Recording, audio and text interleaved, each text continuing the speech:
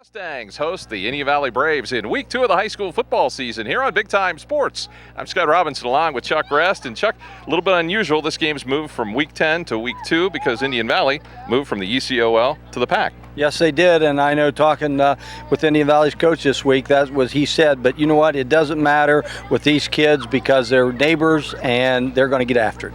As far as the game itself, what are the strengths of both teams after just one game? Well, I think, when talking to Indian Valley, they felt that they ran the ball really well last week against Newcomerstown, especially in the fourth quarter, but they want to get a little bit more balanced. Again, with Claymont losing their big stud, they're still going to be a running game under Ed Henry to begin with, so I think you're still going to see a little more balance with Indian Valley, and I think Claymont wants to come out and establish the running game. We'll come back, talk with both coaches in a moment, so stay with us here on the McInturf Realty pregame show with head coach Matt Lancaster of the Indian Valley Braves. Coach, 1 week's in the books, you got a victory, good start, but now all of a sudden you've got a big rivalry game in week 2. Yeah, we got off to a good start. You always want to get off with a win, but it's a little bit stiffer opponent this week. So. What about the game being moved from week 10 to week 2? That's got to be a little bit difficult. You want to get your kids up for it, but yet you still got 8 games to play after this one. Right, it's a little bit different. Makes this game a little bit different, especially the first year because we played them literally 2 games ago. So it makes it a little bit different, but our kids still get up for this game.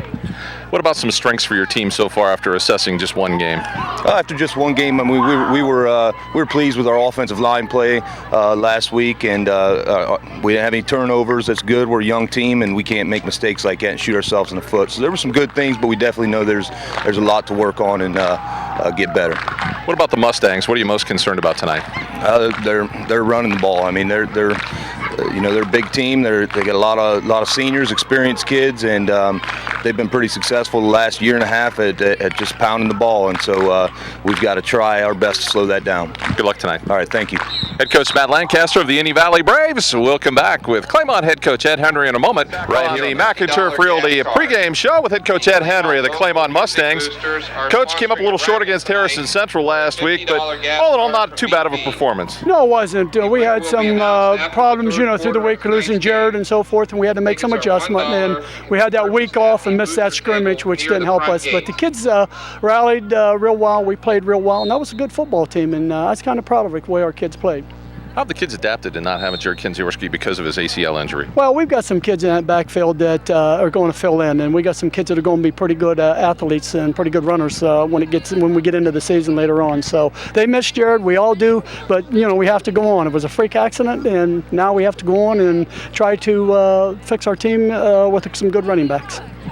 Talked to Matt Lancaster just a couple of minutes ago about the difference in the rivalry between now and week 10. It's got a different feel to it. Oh yes, it does. And I made a comment in the paper, and I'm sure they blew it up. But it's not the fact that it's not a rivalry. It's just that you don't have the bonfire, you don't have the banquet, you don't have the extra day, you don't have our powder puff game, you don't have those things that you had that 10 weeks. You had 3 days of practice, and now you're ready to play. So it is still a little bit of a rivalry, and that's the way it'll be as long as we play in the second game of the year.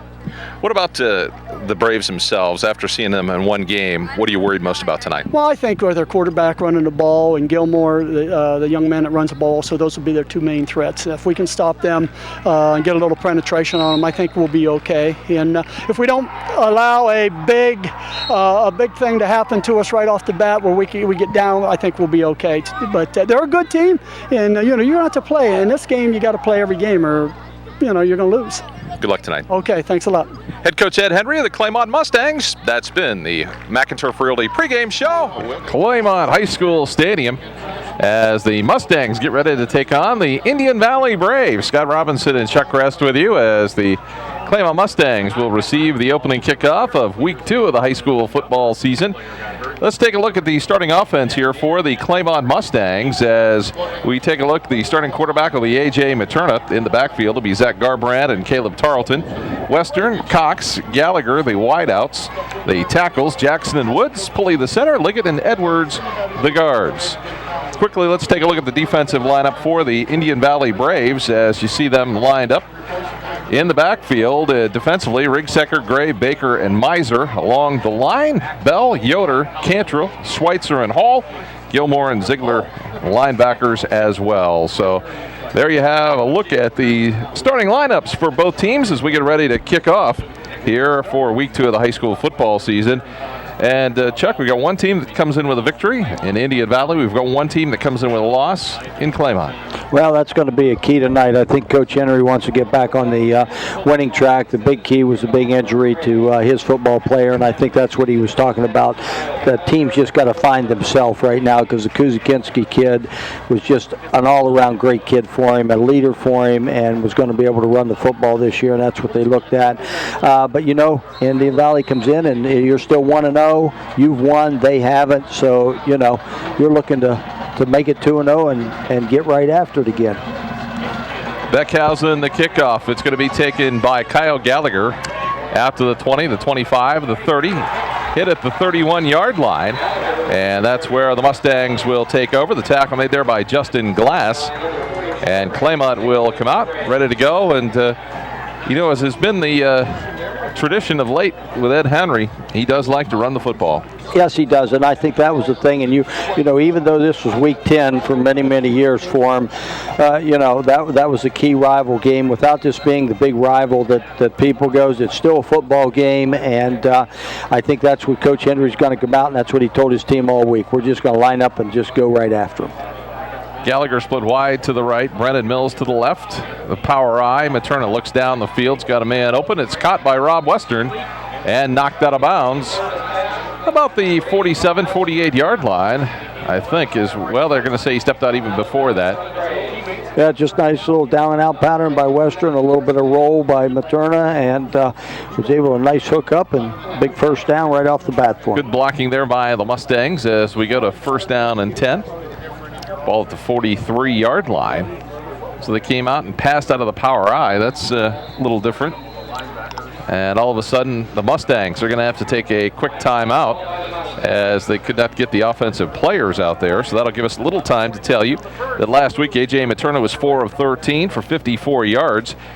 He carried, in all, the Mustangs carried the ball 40 times for 153 yards and a couple of touchdowns. The leading ball carrier last week was Zach Garbrandt. He had 5 carries for 61 yards. Caleb Tarleton had 13 carries for 59 yards, and Corey Nelson lugged the football 5 times for 32 yards. So the Mustangs, over the next 3 weeks, they'll play at Carrollton, at New Philly, and then they'll be home against Meadowbrook, and then it just doesn't get any easier after that. So an early timeout for the Mustangs, and now we'll resume play here on 1st down and 10 at their own 43-yard line. Caleb Tarleton, the deep back behind Materna. He'll drop back, looks a little swing pass. Materna's got some running room at midfield. Gets a block by Mills to the outside and knocked out of bounds at the 36-yard line, maybe the 35, as the Mustangs come out and open it up a little bit. Well, that's the thing. It kind of gets you here. You know, you thought they'd just throw a pass on 1st down just to loosen them up a little bit so they can start running the ball, but now Materna just comes back, drops back. There's a little swing pass out. Nice big gain and nice blocking. But, yeah, kind of surprising a little bit, I think, Scott, that he's just coming out throwing the football. 1st down and 10 for the Mustangs as they come with a 3 wide out set. I formation behind Materna here on 1st down and 10 at their own 35 as Tarleton the carry. Might have got a yard to the 34-yard line as Colton Cantrill is there to make the stop. And it's 2nd down and 9. Well, Indian Valley playing a little bit of a 4-3 defense, which really, in a sense, will loosen up the corners a little bit so they can throw those swing passes out into the flat. Exactly right. 2nd and 9. To the right side goes Aaron Cox and Kyle Gallagher. Mills split to the left. Rolling to his right, Materna's got a man open. Gallagher has it. And another 1st down, slips a tackle, and then is planted on the far sideline. As he got good yardage, and it looks like Justin Glass there with the stop. As we take another look at the Weaver Barnes rewind. Look like a little bit of a tight end out into the flat. Just go ahead, just throw it right out. A little bit of pitch and catch. Turned the ball upfield. Got broke one tackler and picked up about another 8 yards. Actually, it was Adam Miser on the stop there. Okay, picked up a nice 8 yards after the catch. 3 wide out set for the Mustangs. The handoff to the first man through. And Zach Garbrandt really nowhere to go, stacked up pretty much at the line of scrimmage. Well, so far it shows like Indian Valley's front's able to stop the run on the Mustangs. So maybe, they saw something, Claymont saw something that in the 4-3 that they'd be able to throw the football a little bit more. 10.5 minutes to go here on the Dover Dental Group scoreboard here on Big Time Sports. Pleased to be here with week 2 of the high school football season. A rivalry game, nice crowd on hand, but it's just a different perspective given the fact neither team is playing, both teams aren't playing in the ECOL, and it's not week 10. Materna rolling to his left. Now he can cut to the right. Has some running room at the 10. 5 looks to the end zone. Touchdown.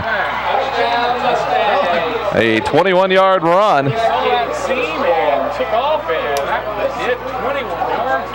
So the 21-yard run by A.J. Materna. Look at it again here. He's going to roll a little bit to his left. He saw his receivers covered, just cut back, saw a nice big opening right there.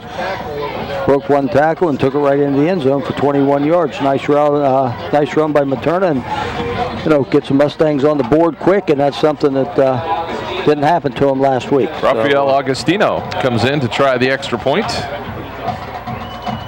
out of the Gallagher hold.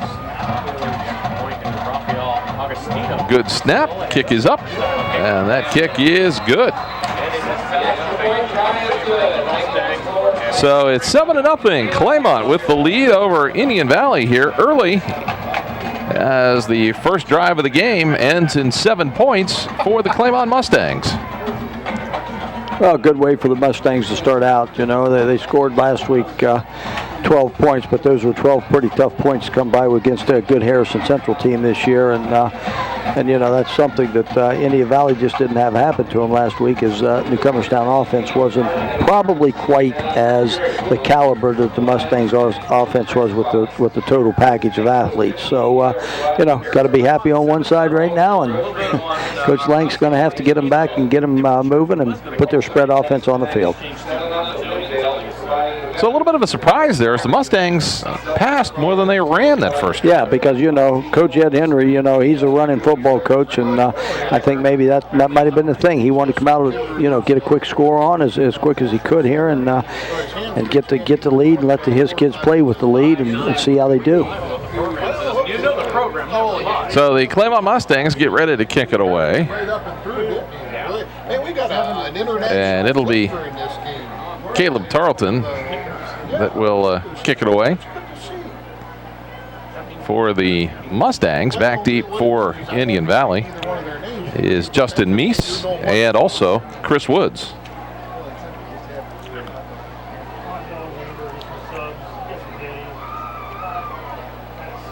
So Tarleton ready to go here with the kickoff. Thought it was a. I was going to say, is that why he tore off his shirt?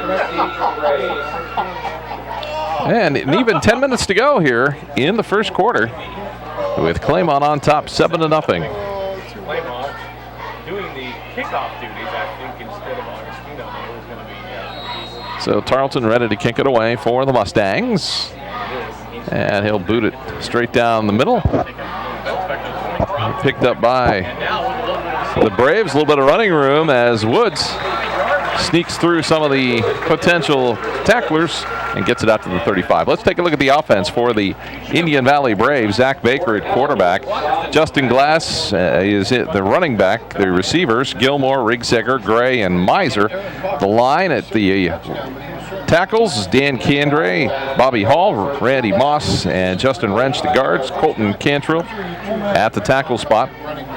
We'll check the Claymont defenders here after this play on 1st down and 10 for Indian Valley. Out of the spread with Zach Baker in the shotgun. He's going to take it himself, and not much running room there. As we take a look here at the Claymont defenders. Across the line, we've got the tackles, Colt Liggett and Clay Edwards. The nose, Corey Howard, Lionel Woods, and Corey Nelson. The linebackers, along with Zach Garbrandt and Cody Garbrandt. The deep backs, Gallagher, Tarleton, Western, and Materna. And the one thing you notice right there, Chuck, is there's a lot of players going both ways. Yes, there is. On both teams, there's going to be a lot of players going both ways. And again, like it was last week, it became pretty humid on Thursday night when we had Dover, and tonight it's a pretty humid night. So we'll see how that takes its toll on the players. So they'll go trips right, 4 wide out set. Baker out of the spread, being chased from behind, throws down the middle of the field. Got a man there. They've got it at completion as it's Eric Gray still on his feet. He's going to take it all the way into the end zone. A 65-yard touchdown. Well, that was a sure way to get right back in the football game. 2 plays on offense and get a score. Gray just made a nice catch on that and run, as you can see it here on the replay. Baker's just going to roll a little bit, and looks like he just slings it down the field as he had 2 receivers in pretty much the same area. But Gray made a nice catch and missed tackle and was able to take it all the way in for a 65-yard touchdown pass and run. So Baker will come on to hold, as each team has a foreign exchange student as its kicker. Max Schulte Beckhausen on out of the hole to kick out of the hole. That one is up, and that's good. So we're tied at 7, and this one has turned into an offensive spectacular here so far in the first quarter. 7-7 with only a minute gone by since the score by the Claymont Mustangs. Well, that was just a nice way to get back in the football game real quick, as Claymont took the opening kickoff down and scored, and Indian Valley got it and went right back at them. So maybe we're going to look at not so much of a low-scoring ball game here as we might be some points on the board tonight. So the Braves get right back in it, as we are tied up at 7 apiece here from Claymont Stadium in Yorksville. Well, that was one of the things when I talked to Coach Lank from Indian Valley this week. Last week he had a couple of baseball players that played in that senior league World Series that they didn't get to play last week, and he was looking at them coming back, and that just kept just him. He felt a little bit off balance because they were offensive threats for him. So he kind of stepped right up here and got things moving for the Braves. So Beckhausen will kick it away here for the Indian Valley Braves.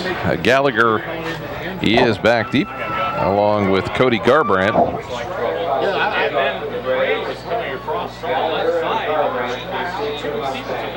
Yeah, it was kind of interesting. Like you said, we got 2 foreign exchange students that are kickers, and I know Coach Lancaster was very high on his kicker here and said that he can really put the foot into the ball.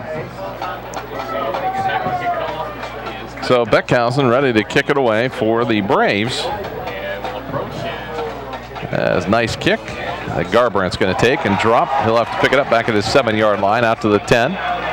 Puts on a move out to the 15 and can't quite shake loose.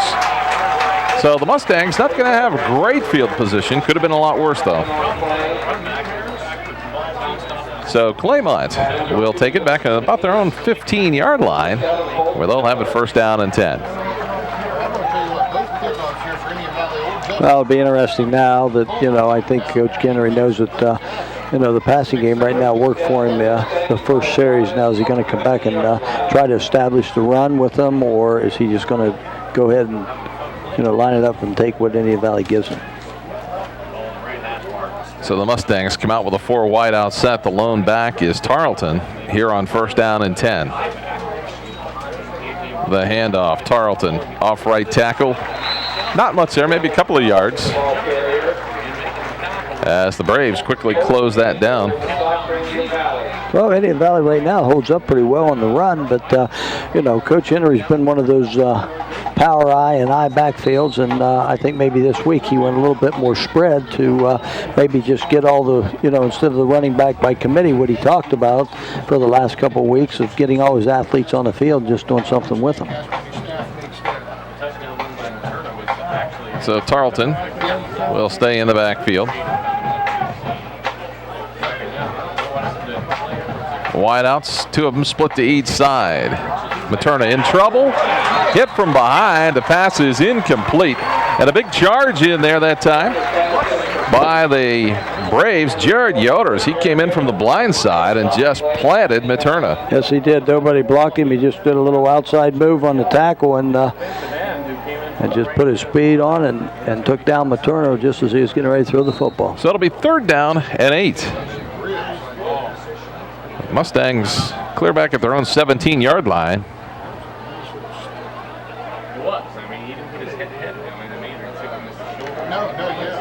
And Tarleton, the I-back, lined up behind Materna. Pair of receivers to each side. They'll go to the outside. The catch made by Cox. Sidesteps one defender out to the 20-yard line, and that is going to be short of the first down by about 5 yards. So it'll be 4th down, and the Mustangs will have to punt for the first time of the game.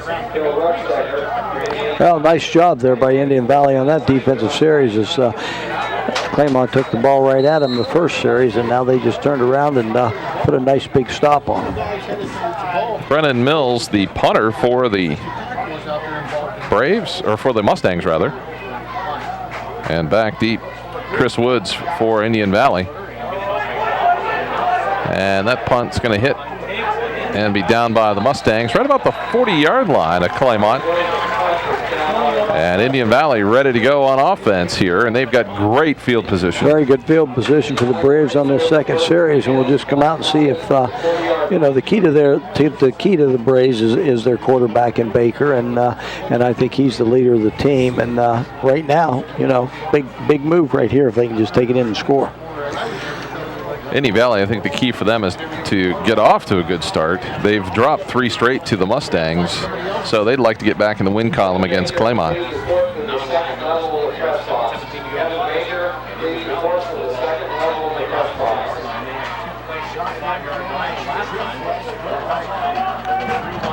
So on first down, the Indian Valley Braves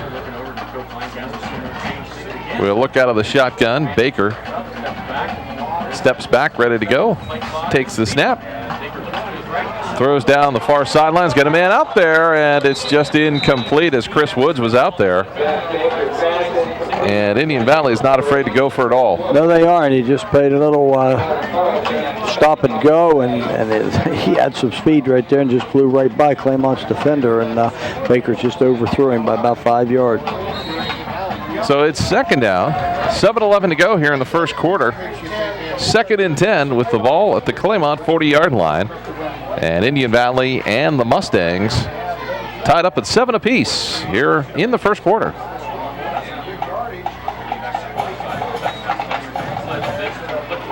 Flick back to Gray, and not much there. Mustangs did a nice job covering it, maybe a couple of yards. Nice job of Claymont linebackers to stay at home on that. And, Cody Garbrandt did a nice job there. Cody did a nice job in picking up that little reverse. 3rd down and 8 after the gain of 2. Well, you notice here with this spread offense with Indian Valley, and everybody runs a spread a little bit different, Scott, that, they get right up the line of scrimmage and they have a couple plays called and the coaches just see what defense of Claymont's in, and then they go, and Baker will pick up one play. So out of the shotgun, Baker will take the snap here. 4 wideouts. Down the middle of the field, and it's incomplete pass intended there for Adam Miser, and it looked like it wasn't that bad of a throw. No, it looked like Miser took the inside route on the little post pattern. It looked like he just gave up on the football because he thought it was going to be too far overthrown. I think if he'd have run hard on that, they'd have had another 6 points. Guess a little bit surprising. Braves are going to punt it away here. And it'll be Rob Western standing back about his own 10-yard line. Beckhausen to punt for the Braves, standing back right about midfield. Good snap, and the kick. Western's going to take it at his own 5, gets a block, turns the corner at the 15 to the 20, and taken out of bounds. So decision turned out okay, but I'm not sure the coaches were too. Yeah, I don't think. That's one of those things they always say. If you put your feet on the 10-yard line, and if you have to step backwards, you let the ball go. But Western got that on about his 6-yard line and had a nice block and was able to turn the corner, just get it straight up the field.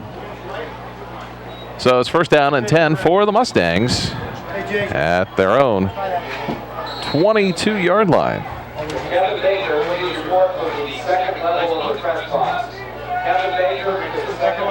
So first down and 10 for the Claymont Mustangs. A.J. Materna under center. They'll go out of the eye. Tarleton has some running room. He'll have a first down out to the 35-yard line before he is stopped by Indian Valley. Well, that's the first time that Claymont tried to take the ball outside. All their other running plays have been up between the tackles, and on that one they just cut back on Indian Valley's linebackers and was able to turn the corner. It'll be a first down and 10 for the Mustangs with 5:54 to go here in the first quarter. We're tied at 7 apiece between Indian Valley and Claymont. The handoff inside, and Garbrandt's really not going to have much room to run to the 35-yard line, and that gets back to the line of scrimmage. Not much gain there. It'll be second down and 10 as Jared Yoder on the tackle for the Indian Valley Braves. Very active front five for Indian Valley. Yeah, they're doing a really nice job. Like I said, Mustangs are having a hard time in between the tackles to run the football. Materna rolling to his left, takes it himself, fumbles the football, still loose. Looks like the Braves are going to come up with it. The ball popped loose. Question is, will it be considered a pass? Well, that's the thing. It looked like he was really trying to throw the football, but again, you know, he threw it underhanded, so they're going to call it an incomplete pass. So it's going to be an incomplete pass. Probably the correct call, Scott, because he tried to throw the ball before he was across the line of scrimmage. So let's take another. We had a look at it there, and tough to tell. Yes, it was very tough to tell, but it looked like he was just kind of trying to toss the ball out there. Third down and 10. Which was a good job there by the officials to give him, because So that would have really given Indian Valley some good field position. Materna, the draw play. Ball's loose, covered up by Tarleton. And right there is Jared Yoder again. And a loss back to the 30-yard line, and the Mustangs going the wrong way. They'll have to kick it away again. Nice job, nice pressure by the Indian Valley front four, because they were just pinning their ears back and taking off, and the draw play was there for him, possibly for Claymont, if he wouldn't have dropped the football. So Chris Woods back deep. Brennan Mills will kick it away for the Mustangs, and now we've got a timeout. So Indian Valley not set there. And with our score at 7-7 between Indian Valley and Claymont, we'll take a break. We'll come back with more in a moment here on Big Time Sports. Ready to go here on fourth down. The Mustangs will have to kick it away as Woods at the 44-yard line. Mills, nice kick, line drive over the head of Woods. And the Braves will have to get away from it. And the Mustangs will down it at the 35-yard line, where it'll be Indian Valley's ball, first down and 10. Still good field position for the Braves. The thing about a spread offense, you don't want to start that ball too many times inside your 15-yard line, because you know you just don't have a whole lot of room to be able to do anything with. So as long as Indian Valley gets decent field position, they're going to be okay. So the Braves have loaded it up and thrown the football a good bit here in this first quarter, as you would expect. Coming up here at halftime of our game, we'll have the Big Jim's halftime report. So Claymont punt out of the shotgun. A little different look for the Braves, moving along the line. That'll back them up 5 more.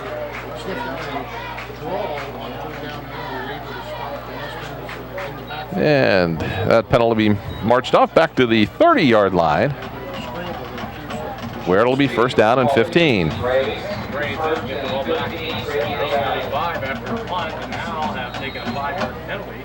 So don't forget, on Saturday night, it'll be a replay of the Dover and New Philadelphia girls and boys soccer games on Big Time Sports on PCM TV 2.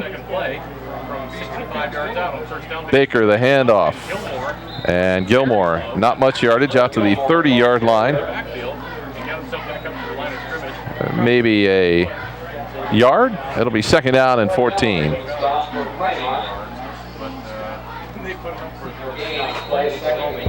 So the Braves going to come right back to the line of scrimmage. Almost a little bit of a hurry-up offense here. They get to the line, but then they wait for the play. Right, that's what we're looking at. I think they just wait to see what defense Claymont's going to throw at them, and then Coach Lang calls the play from the sidelines. So it's second down at about 14. Out of the shotgun. Baker will drop. Looks like a screen, and it is. And Claymont all over it. As Garbrandt there to make the stop for the Mustangs. And not much gain there. Might even lost a little bit. It's third down and 15. Well, I think that's the thing with Claymont right now. They felt going into the season that their linebackers were going to be the heart and soul of their defense this year. And so far tonight, you know, they've stood the test. So third down and 15. And Baker out of the shotgun. Pretty quick possession here for the Braves as they've got to get 15 yards here on third down. Baker gets to the outside, and that won't be near enough as that catch made by Justin Glass, and tough hit there by the Mustangs. It'll be fourth down.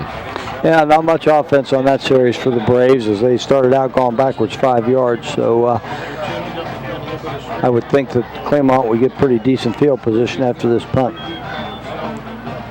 Yeah, the Mustangs, I don't know if they're set on punt teams or not. Materna a little bit late getting back at about his own 35-yard line as Beckhausen ready to kick. Bad snap, picks it up, gets it away, and pounds it. And Materna's going to have to let it roll all the way back inside of the 20-yard line to the 17-yard line. And that's where the Mustangs will take it over, first down and 10. Yeah, nice kick, nice punt right there by the Braves. And that really, you know, rolled about 15, 20 yards, which Claymont wasn't able to get the football. So that was a huge play for Indian Valley. Beckhausen is almost the MVP of this first quarter. Yeah, so far he's done all right, hasn't he? A little German exchange student. So for the Mustangs, they've got 2:11 to go here in the first quarter. They have it first down and 10 at their own 17-yard line.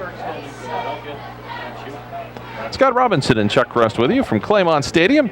Happy to bring you week 2 of the high school football season here on Big Time Sports. Out of the eye, the handoff straight ahead. And not a lot of room to go there, but out to the 20, maybe the 21-yard line. And looked like it was number 28, and that is Andre Clemens. Well, it looks like Coach Hinder is really trying to put, you know, a lot of different people in the backfield and let them run the football a little bit. And I think that's, you know, like we said, that's his forte, is wanting to run the football. So he wants to find somebody back there that's going to pound for him. Gain of 3. It's second down and 7. As Clemens, the deep back, the fake. Materna rolling to his right. He's got some running room. He'll have the first down and a little bit more out to the 30-yard line, as that was a gain of 9. And that will move the chains.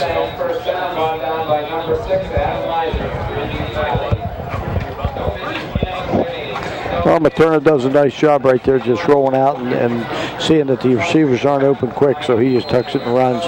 It seems like, though, Claymont's, you know, getting all their yardage running outside the tackles, and I think maybe if they're going to see that up in the box, they're going to want to throw some tosses or some sweeps in there against the Braves. In motion is Cox, the quick pitch to Clemens. Clemens around the right side, and Clemens out across the 30, maybe the 33, 34-yard line.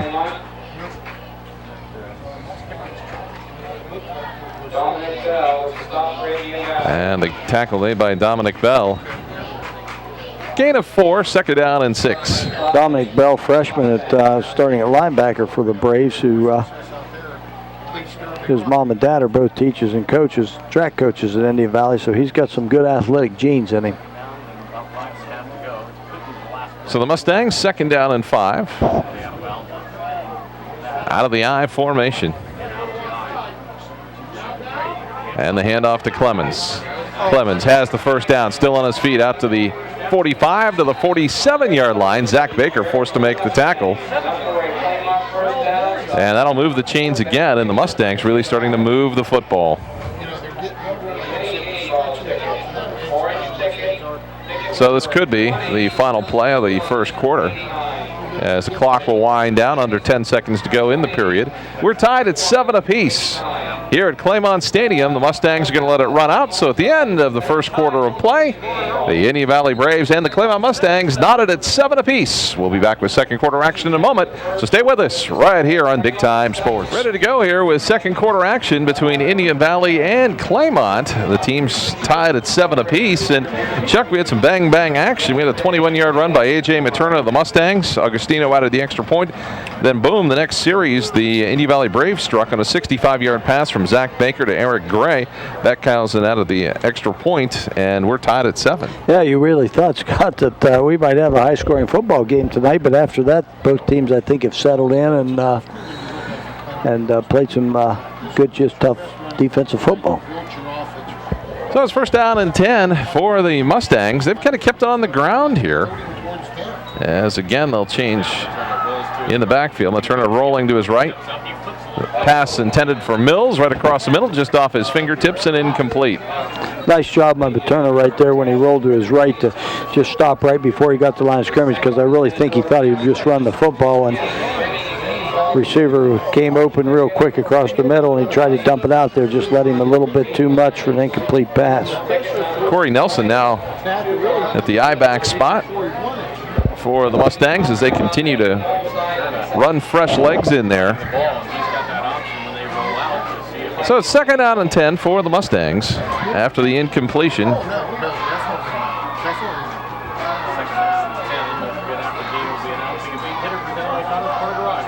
The pitch around the right side, some room to run. And a big run there by Corey Nelson as he's chased down by Dominic Bell. First down for Claymont at the 38-yard line. Claymont's just running that just quick toss, and they're just cracking back with their split in on the linebacker in the 4-3, which means they have nobody till they get to the secondary. As you can see, both receivers are just cracking back on the linebackers, and the safety coming up, and there's nobody outside, and you're into the secondary before they can even get somebody to put a helmet on you. So first down and 10 for the Mustangs. Materna under center. They'll stay in the I. Nelson the deep back. Garbrandt the fullback. In motion is Gallagher. And the pitch. Nelson gets to the outside. Has some room and taken down. Nice gain though of maybe 7. It's second down and 3. Well, they just come in to see it right now that Indian Valley's linebackers are playing inside, and they're just being able to turn up and get a block on them. And if you got enough speed in the back to get to the outside, you're going to pick up five or more yards every time.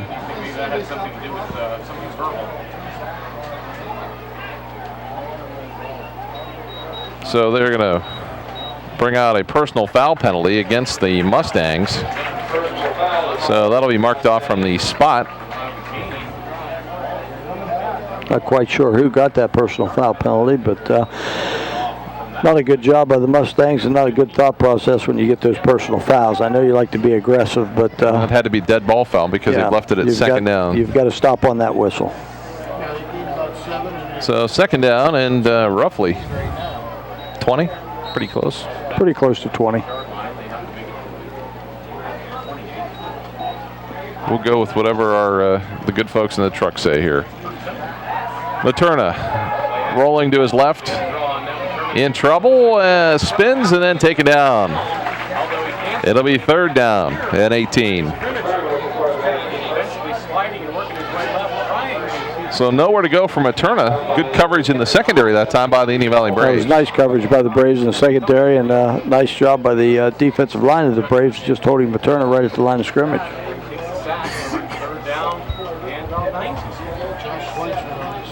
So Materna will look at the spread offense here. They'll bring Tarleton back in, along with Garbrandt in the backfield. 3 wideouts. Materna drops straight back, gets some decent coverage. A little screen across the middle, dropped by Tarleton. It's incomplete, and it's 4th down. He'd have caught that ball. He had a couple blockers out in front of him on that, so he could have potentially picked up a 1st down or at least got him in 4th and short. So I think they're going to have to punt the football. Got to hang on to those passes. Yeah, if you're going to throw the ball as much as these two teams are throwing right now, you're going to have somebody step up and catch the ball for you. So Mills will drop back to kick it away. Chris Woods ready to receive back at his own 15-yard line.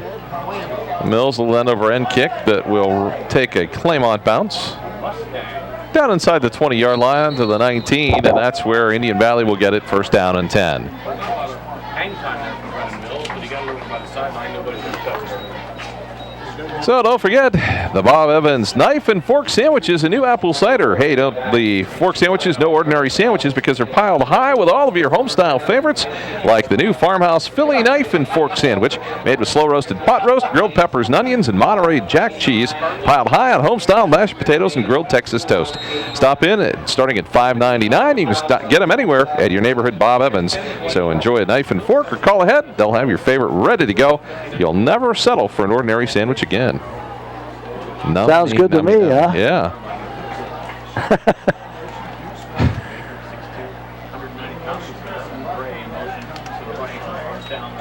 So the Braves penalty flag down. Play's busted up before it got started. And a penalty looks like it's going to go against the Braves. I think they had a little bit of motion here. They had 2 guys in motion before the ball was snapped on that play. Also, what I want to make sure too, Greg, is this was 2 good friends of the teams, and all 3 of them were really key. Well, both teams now have kind of started. The Braves have started both the last 2 series with a penalty on 1st down. So, the yardage is hard to come by right now, so they're going to have to eliminate those mental mistakes. Don't forget, every Wednesday night at 7 and Fridays at 10, you can watch the Valley's #1 sports talk show, Big Time Sports, on Channel 2 with Charlie Jones. Answer the trivia question at the end of each show by going to BigTimeSportsTrivia.com.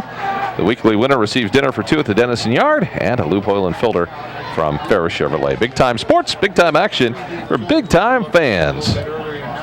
The draw play, Claymont there to break it up as Cody Garbrandt with a shoestring tackle stops that play before it got started. Yeah, they were trying to run that draw a little bit against the grain of what he was doing rolling out, and Garbrandt just stepped right in there and made a nice, like you said, shoestring tackle to make it 2nd down for the Braves and long.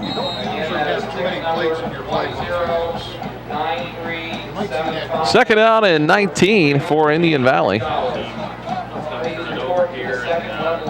As it's a little tougher when you're this deep in your own territory to really have the courage to send one downfield. Tried to go with a safe play there on the draw. Now it looks like they're going to spread the field out. As Baker in the shotgun. He's going to take it himself, and there was nowhere to go. As a big play there by the Mustangs defense, quickly shut down by Corey Nelson. Also there for the Mustangs was Lionel Woods. And it'll be 3rd down and 19. Well, there's not a whole lot of plays written up for 3rd and 19, so it'll be interesting. And I think Coach Lancaster wants to just kind of keep it safe here. And if he has to punt the football, again, his kicker's not too bad, so he may go with a little bit of a safe call right here. Can't have a bad snap in the end zone, though. That's the only problem. They struggled a little bit with that on their last punt. Baker out of the shotgun. He's going to air it out. It's got a man out there. It's underthrown, and it's going to be intercepted.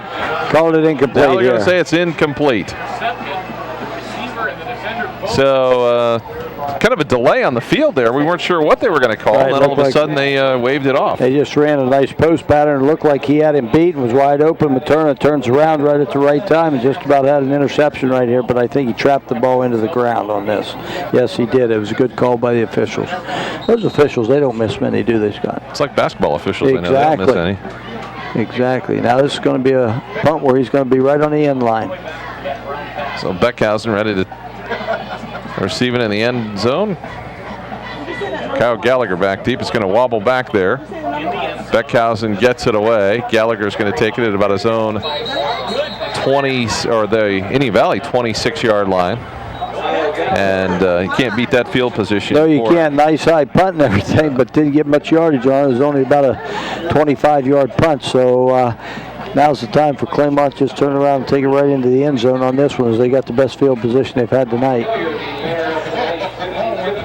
Mustangs probably had the tougher of the opening games between these two teams. Playing Harrison Central, pretty good team. The Braves defeating newcomers town.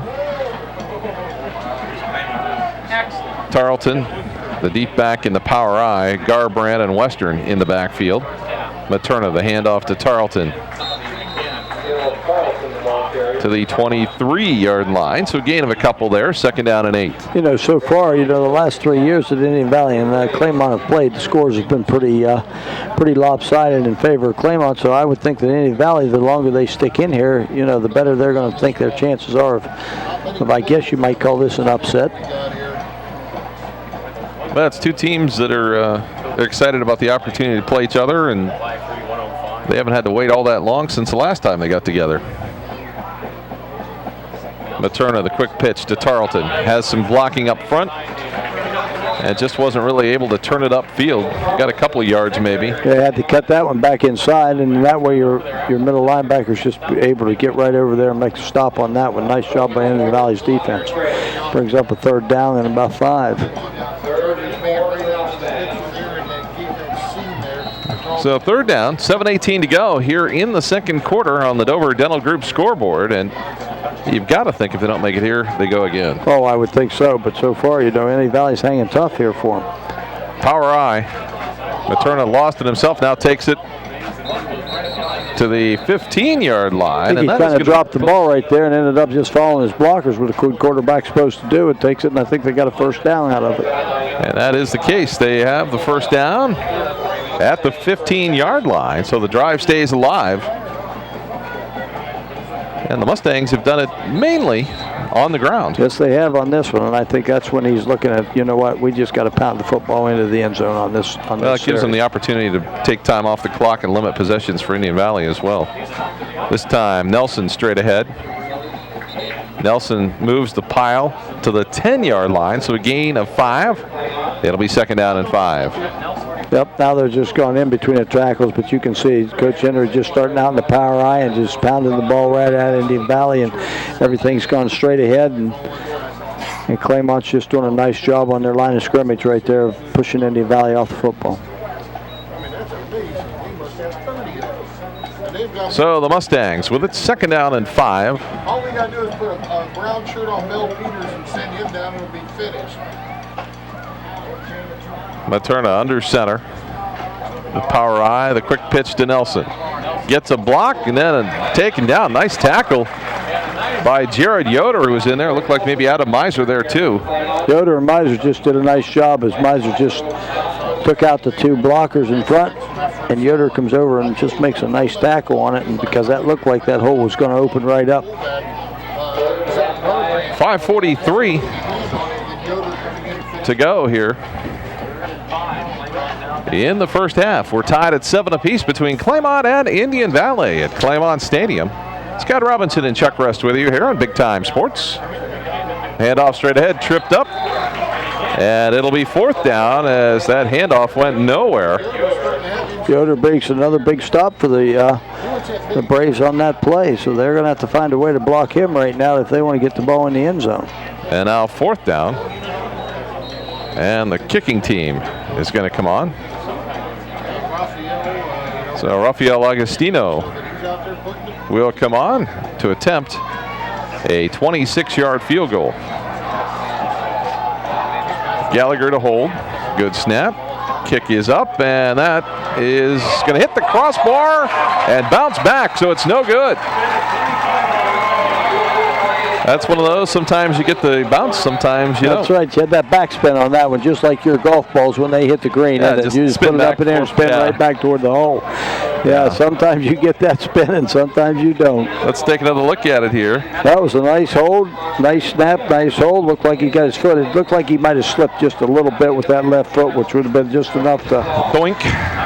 to just put it right off the crossbar. I've waited all my life to say doink in a football game. So there we go. We get it out of the way. Well, So it's just the small things, Scott, keep you happy. Yeah, that's right. You know? It's like working with you. It's just the small that's things. That's right. So first down and 10 for Indian Valley as they take over on the 20-yard line. Really dodged a bullet there because Claymont started on the Indian Valley 26-yard line. Yes, they did. I mean, you did think about that. That's a worse field position that Indian Valley has given up tonight. And like you said, they really dodged a bullet like there. Yoder played like yeoman-like defensive stalwart on that one as he made a couple big plays and kept Claymont from after they got a first down out of the end zone. So we have the change of possession. We've got a little bit of a water break here with 4:48 to go. Still a little humid. Still a little humid even though the sun's gone down. Like you said, be early in the game. We got a lot of players both going both ways for both squads. So that water break, I'm sure, was well needed by both those squads. Games coming up on Big Time Sports on Saturday night, August the 30th. We've got high school soccer, Dover and New Philadelphia, girls and boys coming up. Those replays will be Saturday night at 8 and 10:30. And then next Friday, it'll be Tusky Valley at Garraway.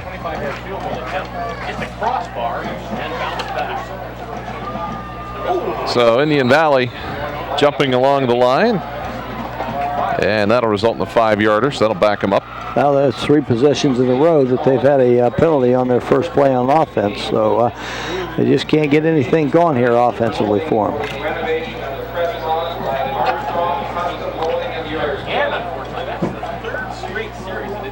So it'll be first down and 15 for Indian Valley. And the ball resting at their own 15-yard line. They'll come out, though, with the spread. They're drinking till halftime now. They learned. Allegedly. I formation. First and 15. Right under center for one of The handoff ahead to Bo Gilmore. Not much there. Ran right into the big pile at about the line of scrimmage. So no gain. It'll be second down and 15. We forgot to mention our good friend Jay Yonder's doing our stats for us. Oh, yes, we tonight, did. So. Jay has to I know he gets jealous when I don't talk about him. Yes, he does. He has to be out of the press box tonight because we just a little bit cramped for room up here tonight. So Jay's sitting down in the stand. So we're hoping we get those halftime stats up to us. I'll tell you what, the crowd kind of filled in. It started a little light at the beginning of the game, but it's filled in. Nice crowd tonight here for this football game. So it's second down and 15 for Indian Valley. Baker's going to take it under center with the I formation behind him. And the handoff, again, not much room for Gilmore as the Mustangs' Clay Edwards makes the stop. And it will be third down and 15. Well, you're in one of those positions. You got 3 minutes and 30 seconds to go before half, and I think you don't want to turn the ball over. If you got to punt it, again, let your defense, try to get out there and stop them. Don't give up a score before halftime. I just wonder if they're going to let the clock run down and take a timeout here, maybe. That might be a good move with them right there. Because it looks like they're in no hurry to send anybody in with a play, and I think they've already told the officials they are going to call a timeout. So with 3:10 to go, the Braves are going to take a timeout. And, they want to burn as much time as they can. They don't want to give Claymont a lot of time because they could end up with pretty decent field position here. You're right. Again, you got it. Claymont hasn't showed a lot of quick scoring threats, on their offense right now. And Indian Valley's been playing pretty solid defense. So you might just go with the chances that you have of putting your defense back out on the field and having them stop them before halftime. So it'll be third down and a big 17 yards here. As you get some shots of the crowd on hand here. Of course, I'd like to thank our crew from Prestige Creative Marketing. Working on the game again tonight, the exclusive production company, Big Time Sports. hit yourself. I thought the guys on the other side of you said they were going to do So Indian Valley will break the huddle. They'll come out, and they'll have another opportunity. There aren't a lot of plays though in the book here for 3rd and 17. Right. Not deep in your own territory.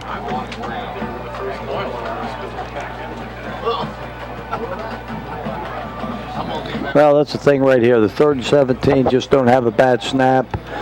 Don't do anything that could cost you here. Punt the football and then play defense if you can. So Baker looks to the side. She's not quite sure what it is. We had a timeout here, and they're not quite sure what play they want to run. I think they're concerned about the alignment or maybe the personnel. They're going to have to take another timeout.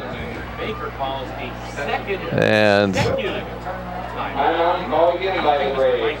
so the looks Braves. like they only had 10 guys on the field that time, so it kind of makes it tough after you come out of the timeout with only 10.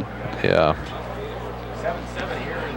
So you have to wonder if some of the players that weren't with them last week, maybe they just aren't set yet with their lineups. Could have heard, or they've got people going in and out on all the plays, and you know he's got personnel for each play or each series that he wants, and you know again a lot of these guys going both ways, and if they get a break and somebody comes in for them, then they go over and get a drink and kind of don't realize how quick a play can develop. So another timeout here for Indian Valley with 3:10 to go. And we're tied at 7 apiece. However, 7-7. The most serious scoring threat, a 25-yard field goal attempt by Claymont prior to this Indian Valley possession, which all but good. Another 1 or 2 inches, and that thing gets. So it'll be 3rd down for Indian Valley. Now, Indian Valley, a legendary snap. You know, you expect a handoff, maybe a little screen play, something draw play maybe. Yeah, Something not short, going to be a draw he's going to play. empty the backfield, so we might go quarterback draw. He's got a man across the middle. They're going to have the close to the first Well, that's down. going to be awful close to 4th down, depending on the spot right here. That would a big play for him. That tackle made by Nick Sander. I think that's good enough for the first down. They'll move the chains. Yep, it looks like you're going to move the chains. What a play by Indian Valley on that one. That is a big defensive lapse by the Mustangs. I'll tell you what, how this all started, Scott. They had a great job up front by the offensive line holding Claymont out. Just ran a little bit. They had 3 wide receivers on that side, ran 2 of them off the ball and let one of them come back in the middle. And Baker was able to just swing it right in there to him. See a lot of difference from Zach Baker last year to this year. He's matured. He sure has. I think he's gotten a little bit bigger also, and he's able to see a little bit more. First down, there's a fake handoff. Baker to the outside is going to short arm it, intended for Gray. It's incomplete. And it'll be 2nd down and 10. Well, that's just a big key right there. Even though they don't take the football down and score, that big first down right there just gets them to run the ball and run time off the clock. That was more like, that was like Kent Tacalvi there. He's going. So the Braves and the Mustangs leading at 7-7. Scoring all occurred within about a minute of each other in the first quarter early on, and then since then it's been quiet, just an exchange of possessions time and time again. Trips left for the Braves here on 2nd down and 10. 2:34 to go. Baker looks across the middle. He's got a man there. It's complete. And caught there by Bill Rigsegger. And another first down for Indian Valley. Well, they're being able to throw that ball across the middle as he just rolls one way, and just a little bit you can see that he's stepping up into the pocket. He's getting a little bit of pressure. Just like you said, he kind of side arms it in through there, and that's kind of hard to stop if you can't get your body on it because your hands are up in the air. So nice play by Indian Valley. Give the line some credit. They are opening the holes in the passing lanes. They look at option. Baker's going to take it himself. And takes a hard hit. They're going to say a fumble. It came out. Claymont's got the football. And Baker's down for Indian Valley right now. It looks like he's going to get back up, but he might have hurt his arm. He is holding his right arm, and that cannot be a good thing for Indian Valley. Nope, now he's their free safety, so he's got to man that secondary for him. And now we're going to see with Claymont. Pop loose there, and not sure how significant that injury might be. Claymont with a couple timeouts. He could have just got a stinger right there in his arm, too, so that might have been when he got hit in the shoulder. So we'll see what Claymont does here. I'm sure they'll try to get on the board. Materna rolling to his right. Then He goes down back at the 48-yard line as Colton Cantrill puts him down. And now Zach Baker is going to have to come out of the game as he simply, that might be a little more significant than what we thought. I'll tell you what, Colton Cantor, go ahead, Adam. Might have got hit right on the elbow or just above the elbow there. And yeah, I think it looks like now they're up in his shoulder. I think he got a stinger on that one, Scott. And when you get those stingers, that thing goes numb and you're carrying the football. That ball's going to pop out every time. So nice job here by Indian Valley on defense, and this is going to be a big key to them if they can keep Claymont out of the end zone and win 7-7 at halftime. Get a good look at Zach Baker on the sideline. They're up in that shoulder area. I think it's going to be, like I said, probably a stinger. Second down and 16. Materna looks to go long. He's going to have it out there, and it's incomplete, intended for Brennan Mills. Good coverage there by the Braves, but Mills had a step. Rigsecker back there along with Miser. And it's third down and 16 with 1:28 to go here in the half. He probably gets to it. No, they'll probably get pointed out in films, I'm sure. So the muggy night is kind of let up. It's cooled off a little bit. It has. It feels a little bit better, and certainly will make playing conditions probably a little bit more comfortable. It'll be better in on the the second kids that are going both ways, in the second half a little bit. Out of the eye, Materna across the middle. Mills has it, got loose. Now it's a foot race to the end zone. And the Braves are going to bring him down at the 14-yard line. Got a flag down here now, Scott. This will be interesting to see what this flag was. This one I'm going to guess is going to come back. Boy, what a nice hook up there, as you can see it here. He just ran a quick slant. Materna just zips it in. I thought he was just going to get his head taken off right there, but missed tackle and big play, but I think it's going to come back. It is going to come back. So it'll be a big penalty. It'll be marked off from about the 41-yard line.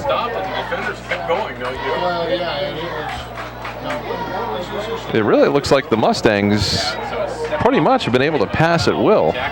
Yeah, they've done a nice job. If Indian Valley hasn't got pressure on Materna, he's done a nice job throwing the football for him. But, here in the second quarter, Indian Valley stepped that defense up a little bit. So third down and 16 for the Mustangs. See if they come right back, same play. This time they'll go with the draw, though. Nelson still running. Short of the first down, but inside the 40-yard line to the 39. I think Clay might want to use a timeout here just in case they, if you got 55 seconds to go, you're gonna have a fourth down. You don't want to punt the football, so you might as well come up with a play and a timeout possibly. And that's what they are going to do. They're going to take a timeout. So why leave them in the bag, right? That's right. You got to use them before half, so you better want to take them in the locker room with you. High school football coming up on Big Time Sports over the next few weeks. You've got Tusky Valley at Garaway on September the 5th. On September the 12th, it's Claymont at New Philadelphia. A doubleheader weekend on September the 19th. It's Tuscarora with Central Catholic at Strasburg on Friday night. The Saturday night game, Dayton Meadowdale at New Philly. And then on September the 26th, it's Cambridge at Dover. So a great week and a great month of high school football action coming up on Big Time Sports. Here at halftime, Big Jim's halftime report. We'll get that. Big Jim doing the soccer games with me. That's what I heard. Yeah. You said Big Jim's going to help you tomorrow night with the soccer game. Well, that's good. Yeah, that's a soccer family right there in those Doomer Moose. Yeah, we'll talk little burgers and fries probably too. That would really surprise me, Scott, that you'd want to talk food a little bit. Well, I figured if one of them team gets a goal tomorrow night, it's kind of like chalupas when the Cavs get a 100. There you go. I'm thinking a Big Jim for everybody. Everybody in the stands. Big Jim might not like that so much, but we'll see how that goes. Well, we'll talk Charlie into getting everybody a T-shirt. Charlie will pay for that. The handoff to Nelson. He's got the first down. And he's tripped up at the 31-yard line. Well, I would think now that Claymont's going to get in a hurry-up offense. The clock's going to stop here until the ball gets set. So you might look at it right now as Claymont just down the ball here real quick and then coming up with a play. They're going to lose a couple seconds here. Yep, just throws the ball down, so that's good. Stops the clock with 30 seconds to go. So they've got some time, they've got some downs, and the ball at the 32-yard line. And, you know, they've got a kicker right here that showed from 29 yards out. He just wasn't, I think, like I said, I think he slipped on that last one, so he's got the foot to put it in there. So if they could pick up another first down, that would at least put them in field goal range. We are tied at 7 apiece between Indian Valley and Claymont. But for the Mustangs, you really can't afford to run the football. With 30 seconds to go, there just isn't a whole lot of time. Well, they have any timeouts? They still have one timeout left? I'm not sure. I lost track, unfortunately.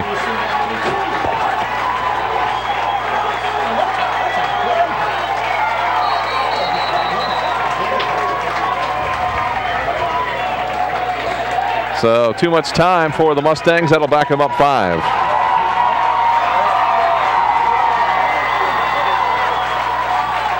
Oh, that was a big mistake there by Claymont, because now you're, like you said, you're going to have to pick up 15 yards. They've tried to run the ball the last 2 plays and have done well and picked up a first down, but you know, you can't take that time off the clock if you don't have any timeouts left. So look for the Mustangs put the ball in the air here to end the first half. They've been pretty effective going across the middle. If they could, you know, get the first down and down the football, they'd have some room to work here, but they've got to get at least 15 more yards. Materna's going to go to the outside. Cox is out there, deflected away at the 20. Incomplete, and Gray on the coverage for Indian Valley. Nice break up there, as Cox a little bit taller but couldn't bring it down. So it'll be 3rd down and 15. 25 seconds to go.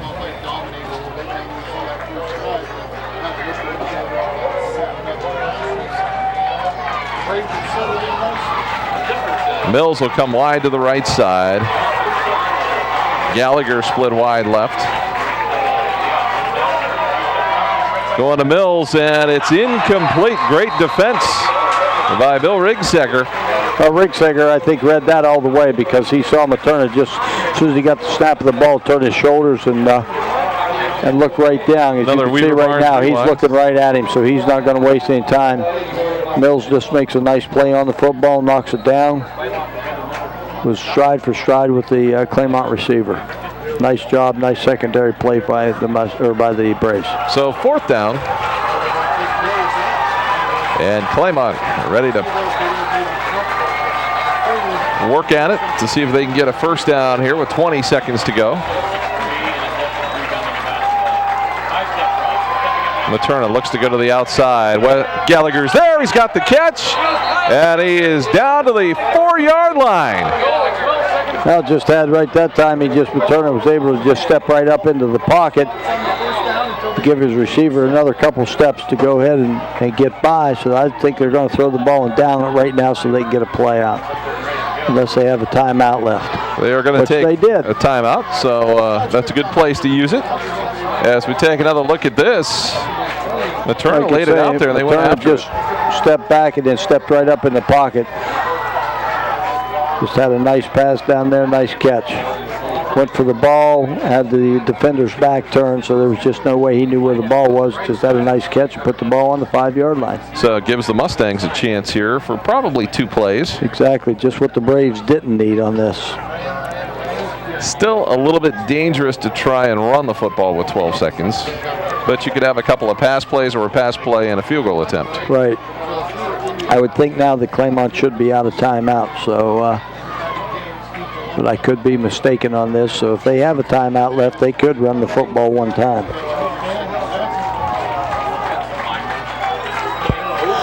It's been running back by committee for the Mustangs.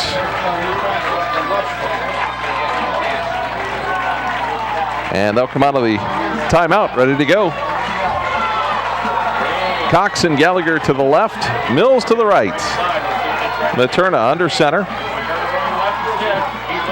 An option, the play is open in the back of the end zone, touchdown to Cox. Nice job right there by the Mustangs, as they were just going to, Materna was just going to roll out. You got to sit. That's a tough play for the secondary, because they got to sit and make sure he doesn't want to run the football, and then he's able to throw back across his body and picked it up. As you can see, that's a tough play for a quarterback. But boy, nice catch. Nice catch. So Beckhausen on to try the extra point. And that kick is good. Or rather, it's Augustino. Well, big play, big score for the Mustangs, big letdown now for the Braves. So the Mustangs leading it 14-7 as we are just about ready to go with halftime.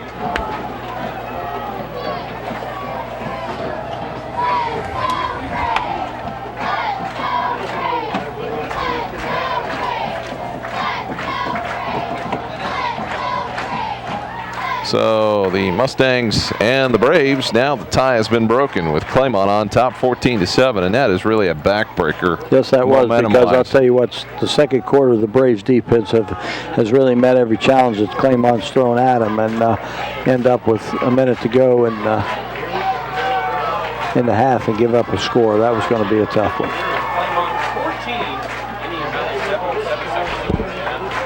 So the Braves ready to field it. It's Justin Meese back along with Chris Woods. And Caleb Tarleton will handle the kickoff duties for the Mustangs here.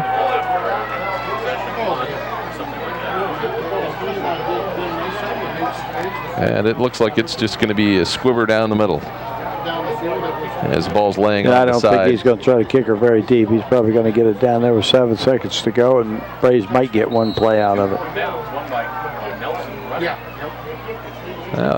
Pretty good kick, actually. Now the Braves have to field it.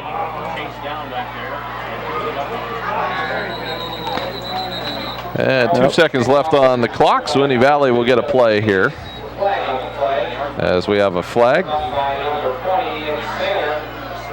Lobbing it to a particular spot would probably mean foul. So it's going to be against the Braves.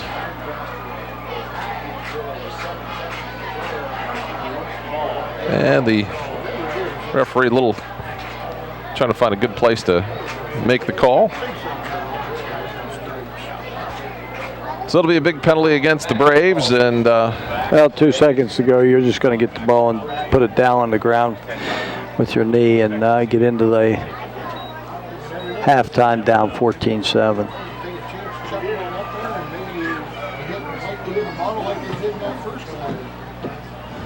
So Indy Valley steps up to the line of scrimmage.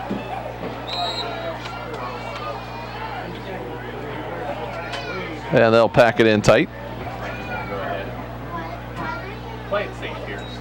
And that will be it. So at halftime, it's Claymont leading 14-7 over Indian Valley. We'll take a timeout for halftime. We'll come back with the Big Jim's halftime report in a moment. We're ready to go here with our halftime report brought to you by Big Jim's on the south side of New Philadelphia. Claymont leading Indian Valley 14-7. Let's take a look at the numbers. And Chuck, not a pretty picture, at least for the Braves. No, it isn't. Not a pretty picture. 9 attempts rushing for 1 yard, 4 of 8 passing for 94 yards, with a total yardage of 95 yards, and that's not real effective, in a spread offense that they have. They had one big turnover, and realistically, as you look at it one way or the other, that turnover led to Claymont's 14-7 at the half.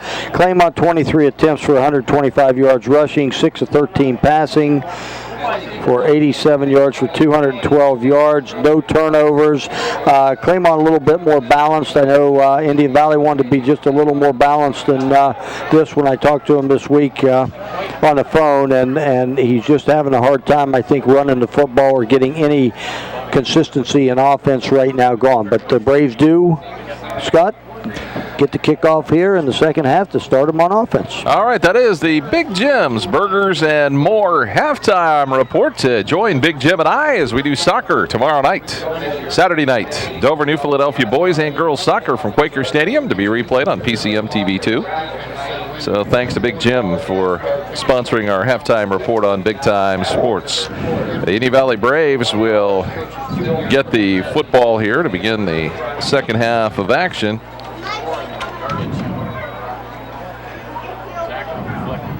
And we're just about ready to go on a warm, humid night at Claymont Stadium. And the Indian Valley Braves trailing 14-7. And it looks like Zach Baker will be able to play here in the second half. There was some concern about what appeared to be an injury to him, and it looks like he is okay. He warmed up here at half. Yeah, I think he's up and ready to go, and that's going to be a key for Indian Valley to get their offense moving here in the second half.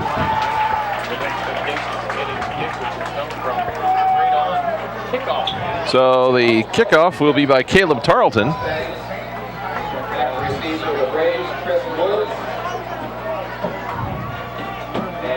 And Indian Valley ready to go. Chris Woods back deep, along with Justin Meese. And it will be Meese out to the 25 and maybe the 27-yard line as Caleb Tarleton races down, makes the tackle. And Claymont comes out pretty active here on that kickoff. Yeah, they look like they were just picking it up a step here on that kickoff. Their kickoff team got down the field pretty well. It was still a good return by Meese to get him out to about the 29-yard lines to start out. So here comes Baker out for the Braves at quarterback. So Zach Baker returning after suffering what we guessed a shoulder stinger in the second quarter. And the Braves spread out the field here again. 4 wideouts. Baker in the shotgun. Claymont will pressure. Baker gets it to the outside. Nice pickup of about 5. That's an easy throw over there to Rigsecker. That was an easy throw to him. If he had got that ball up a little bit and given Rigsecker a chance to catch it with both feet on the ground, I think he could have picked up a first down, as he did have some yardage to run with. You know, really last year Baker was plagued a lot by interceptions, but so far this season, at least the game we've seen tonight, he's done a very good job managing the game. Yes, he seems like he's matured a lot more than what we saw him last year. Helps when you don't have to run for your life, too. Second down. They look at the option, the pitch to Gilmore, and he's out to the 40.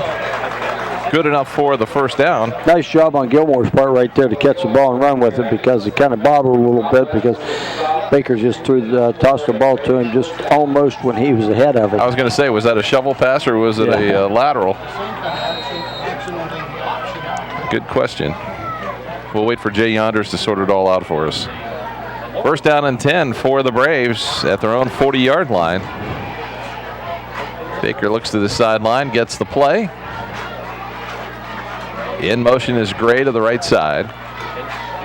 Baker's going to take it himself on a quarterback draw, get some positive yardage to the 46-yard line before it collapses as Western there, along with Corey Nelson, to make a stop for the Mustangs. Well, you know, this is what Indian Valley needs, is come right out of the gates and move the football right down the field, and seems like everything they're doing right now is working for them. Second down and 4. As the clock rolling with 10:23 to go here, third quarter. 14-7, Claymont with the lead. Looking for a 4th straight win. And that may be an easy 5 here for Indian Valley. I think it was. I think Claymont got run off sides on that one, so that's going to be an easy 5 yards for the Braves. I think they still might be just a little bit short, depending on the spot here. Well, it's going to create a situation where they'll give them the first down. Well, the chain crew was ready to move, so they must know the field pretty well down here. So just into Claymont territory, the Braves have it. And they're on a roll where it's first down and 10. Gilmore in protection for Baker with Gray in motion to the right side. Baker looks to go long. That's going to be overthrown as it's intended out there for Adam Miser. Well, Miser had him beat on that one. If he could have hooked up on that, kept him running, I think Miser would have put 6 in the end zone for him. Western out there along with Nick Sanner. And it's second down and 10. You know, both teams, it's really going to be telling here later in the game as to the condition that they're in, because it's a hot, humid night, and a lot of kids are going both ways. Claymont shows blitz. We'll see if they come with it here on the shotgun and second down and 10. Snap. pass nearly intercepted. Materna had a chance at it as it went through the hands of Rigsecker. Well, right through the hands of Rigsecker, and then it was just so quick on Materna, it went right through his hands. Claymont could have him a pick on that one. So big third down play here, now 3rd and 10. You can see right here, they just take a quick slant, throw into Rigsecker, and it was just a little bit high, and Materna knew he had that one if he would just been a little bit quicker. Thanks to Weaver Barnes for sponsoring our replays. 3rd down and 10 for Indian Valley right at midfield. They hand off inside to Gray, and he loses a yard as Claymont had that diagnosed. Colt Liggett with the tackle, 5'10", 211-pound senior. And it's 4th down, and Indian Valley will have to kick it away. Nice job by the interior Mustang defense.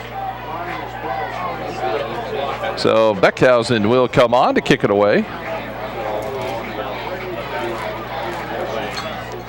Lone receiver back for Claymont is Kyle Gallagher.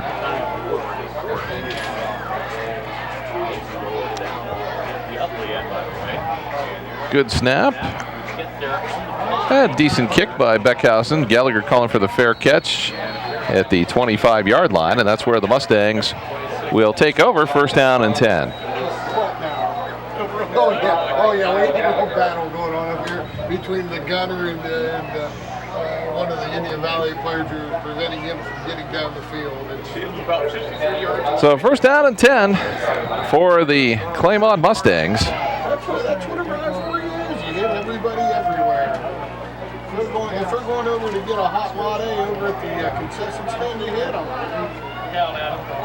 The I formation, the quick pitch to Nelson. Nelson keeps his head down, has some running room, and he could take it all the way. Try to cap off a 74-yard touchdown run, but he's got to be stopped short at the 6-yard line. Nice job right there by Nelson. He, just like you said, just put his head down. We'll get to see it here on replay. Looks like about a 68-yard run, depending on the spot of the football. Maybe a little bit less than that. Looks like he went out at about the 7-yard line. Well, they were just in an I formation right there, and they finally just took it off the left tackle. And right there you could see he just put his head down, bowled his way over, and just didn't wrap him up. Didn't wrap him up, and he's just right on his way down the sidelines, down to the 6-yard line. So a huge run in the upper 60s for yardage.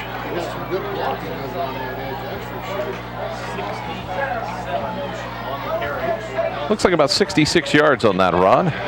Straight ahead and in for the touchdown. Nice little 6-yard run by Corey Nelson, and Claymont has seized control of this football game. Well, right there, Nelson just decided if he took it there, they would give it to him again. He was just going to lower his shoulders, get him square to the line of scrimmage, and take it into the end zone. So,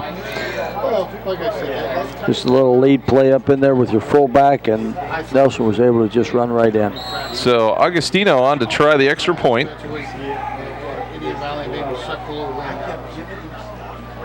And the kick is up.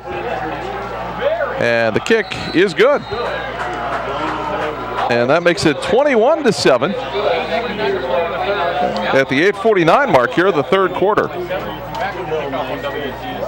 Well, that was a big, quick score for the Mustangs, because that just puts Indian Valley now right back on their heels, because they're going to have to come up with 2 scores just to tie. So, but we've still got a lot of time in this football game. Harrison Auto Parts in Sugar Creek has moved to a new location, 793 Dover Road Northeast in Sugar Creek, next to Wallhouse Coffee and Bear Carpet One.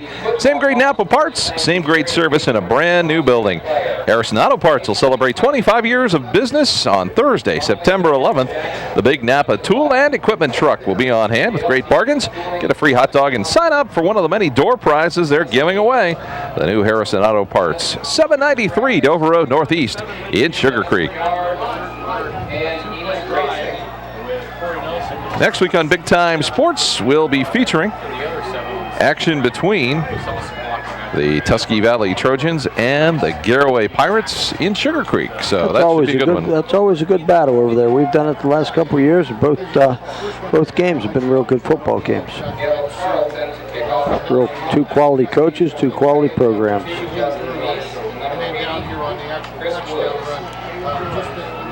So the Mustangs ready to kick it away. Tarleton will kick it away. as Chris Woods and Justin Meese back deep for Indian Valley, standing back around their own 15-yard line. A couple of touchdowns. Good end-over-end kick that Woods will pick up at the 15 to the 20, and nowhere else to go is Cody Garbrandt. Makes the stop, and it'll be first down and 10 for Indian Valley.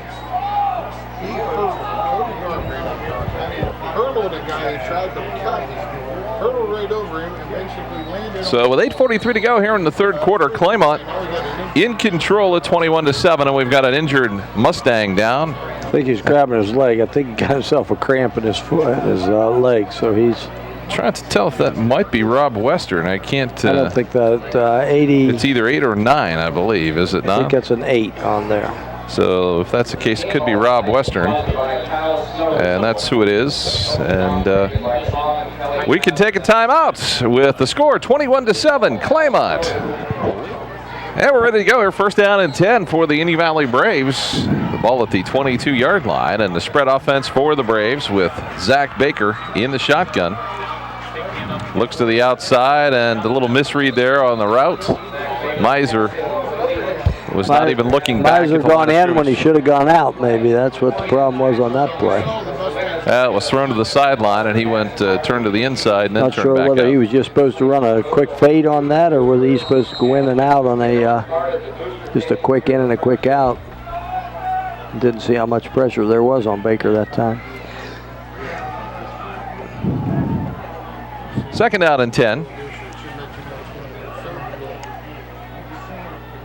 And Zach Baker will take it, rolling to his right. Has a man open, and Riegsecker will have it. First down, out at the 35, maybe the 36-yard line. Scott, we talk a little bit about, his throwing motion. He doesn't really throw over the top, so I guess we're in a situation here where he's always going to throw a low ball, so, it's going to be down on the ground where they're not going to be able to get much opportunity to run the football after the catch. So first down and 10 for the Braves. They have not played badly tonight. They're down by 2 scores, but they have been very competitive. It's been a very good football game. If it wouldn't have given up that score, at the half, it's 7-7. Baker takes the snap, looks to the outside. Riegsecker has it, cuts it back inside, and then taken to the turf by Garbrandt as Zach makes the stop. He's been solid at linebacker for him. Nelson has played well. Cody Garbrandt has played well. Defensively, the Mustangs have been solid. Yes, they have. Their linebacker play has been pretty consistent all night long. Pretty stout. Second down and 8 after the gain of 2.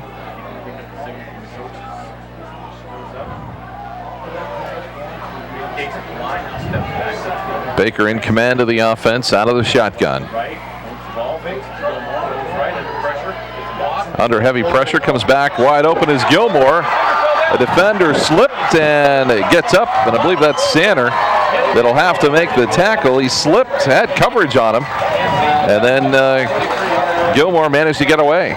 That's what they call in football, just a little bit of a throwback, quarterback throwback, where he rolls one way and then sets his feet, turns around and throws all the way back across the field. Nice throw, nice catch. Like you said, slipped there, defender slipped for Claymont, jumped back up and was able to get back in on the tackle. But big gain, just what the Braves needed on this. Brett Nepper had big pressure on Baker that time, but Baker able to get it away.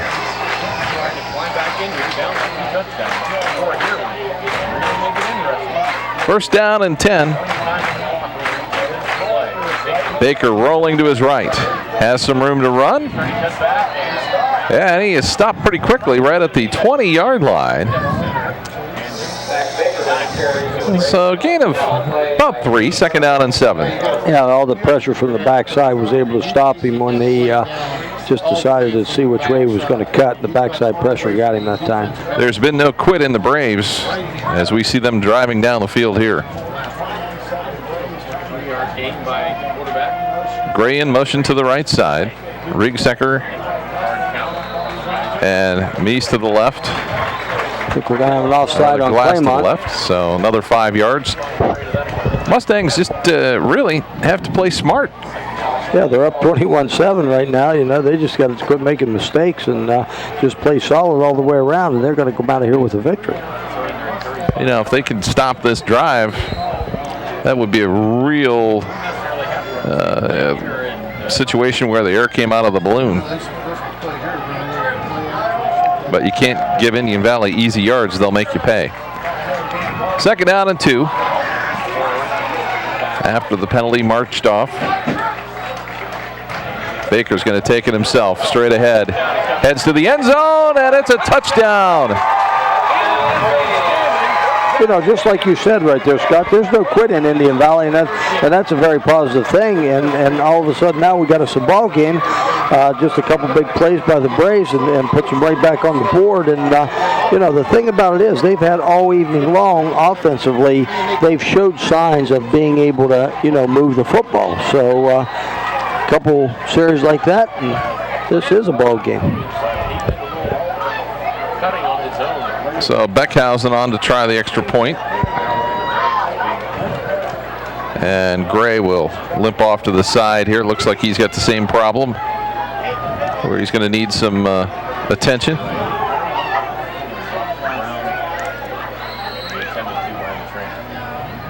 And Beckhausen, out of the hold of Baker, will try the extra point at the 5:47 mark of the 3rd quarter.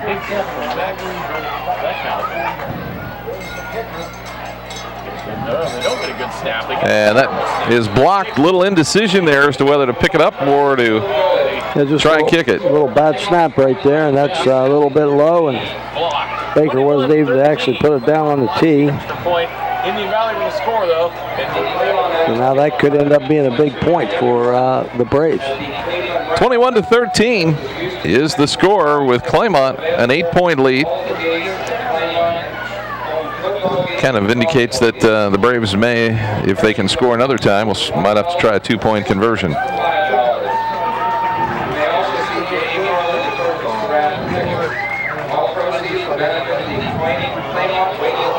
So Indian Valley fired up, comes back, scores.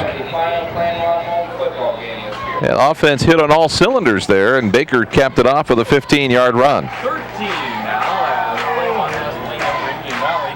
Braves executed 77-yard throw that time. Oh, yeah, it was exact Baker. I mean, you can see what he needs. A big play, of course, is that throw back across the field here. So Beckhausen will kick it away here for Indian Valley. And, of course, turned into a big play for him. Gallagher is back deep along with Cody Garbrandt. And really now, we're not at a stage yet where Claymont can really use a ball control offense necessarily. But no, but their ball control in that last series they did a pretty good job, yeah. Handed it off twice and got in the end zone. So, but now, like you said early, too, that we'll see a little bit here how the heat and humidity has taken its toll on the kids that, you know what I mean, are gone both ways. As you see, both schools have had at least one guy get down with cramps. High kick taken by Garbrandt. The 30, the 35, the 40. Gets to the outside. He's got the kicker to beat, and he is going to take it all the way to the house. A kickoff return, touchdown. Well, it didn't take long for the Mustangs to get right back on the board on that one. It's just had to look like a nice high end-over-end kick that was perfect, and it was a wedge set up by the Mustangs. And let's take a look at it again. You always want to see these. You can see right about his 21-yard line where he took it. Just takes it right up the middle. The wedge was set nice block right there, and he's on his way to the end zone. There was nobody that was going to stop him. All he had to do was outrace the kicker. And that was a pretty easy foot race there. Well, Braves got up back in the football game and then give up a touchdown right off, but now there's a missed extra point, which is going to be a big key for the Braves to get 2 scores on the board. So it's 27-13 with 5:35 to go. So that scoring drive took all of 12 seconds. Well, it's not bad. 65-yard dash in 12 seconds. Huh? That's carrying the mail in full football gear. So the Mustangs back up with a 14-point lead here on the Dover Dental Group scoreboard.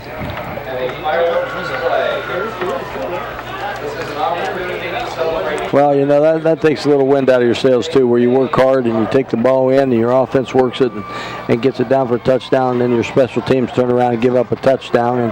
And I realize a lot of these kids are going both ways, and you know, a lot of times kids think that special teams is a time, if they're going both ways, to take a little bit of a break. And you know, that's the old adage from Jim Tressel, you know, that the special teams are the biggest plays in football. So just goes to show right there tonight.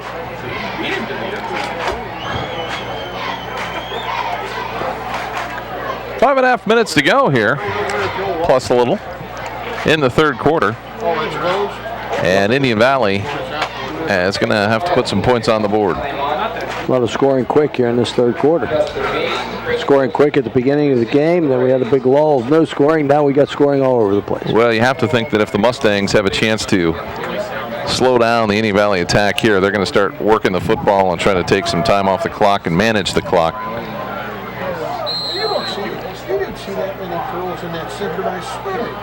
Tarleton kicks it away.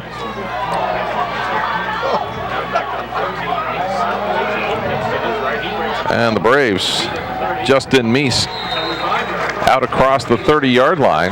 Nice return by Meese on that one. I thought if he could get the corner right there, he might have got a little bit more yardage. So the Braves have good field position to start this drive.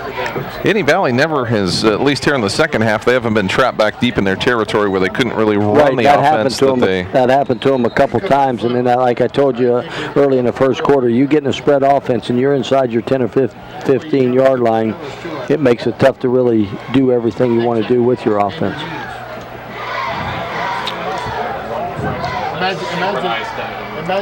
See, Grand Western are both back in the ball game. In the shotgun. Baker down the middle of the field. It's going to be caught.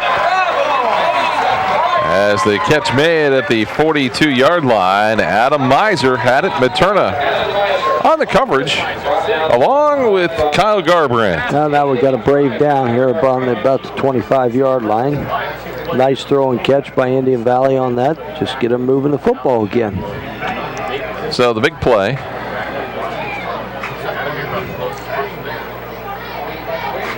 And another stoppage in play here with 5:20 to go here. Can't really tell who that is, Scott, on the, we get that number.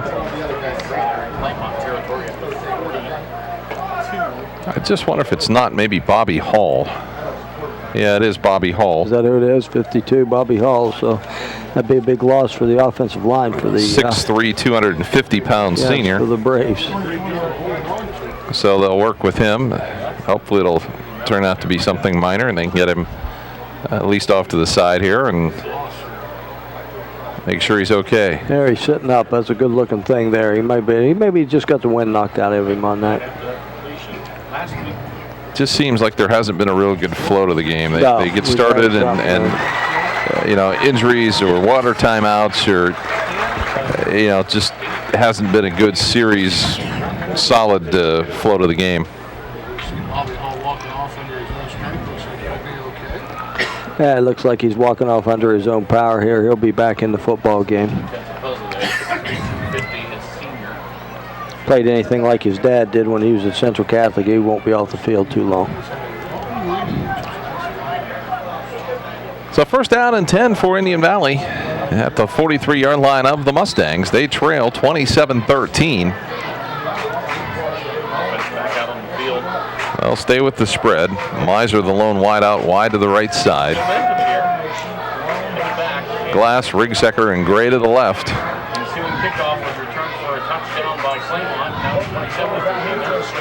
Pass is caught by Gray, slips one tackle, still on his feet. And then he's dropped at about the 43-yard line. Now we're going to have some pushing and shoving, and we'll have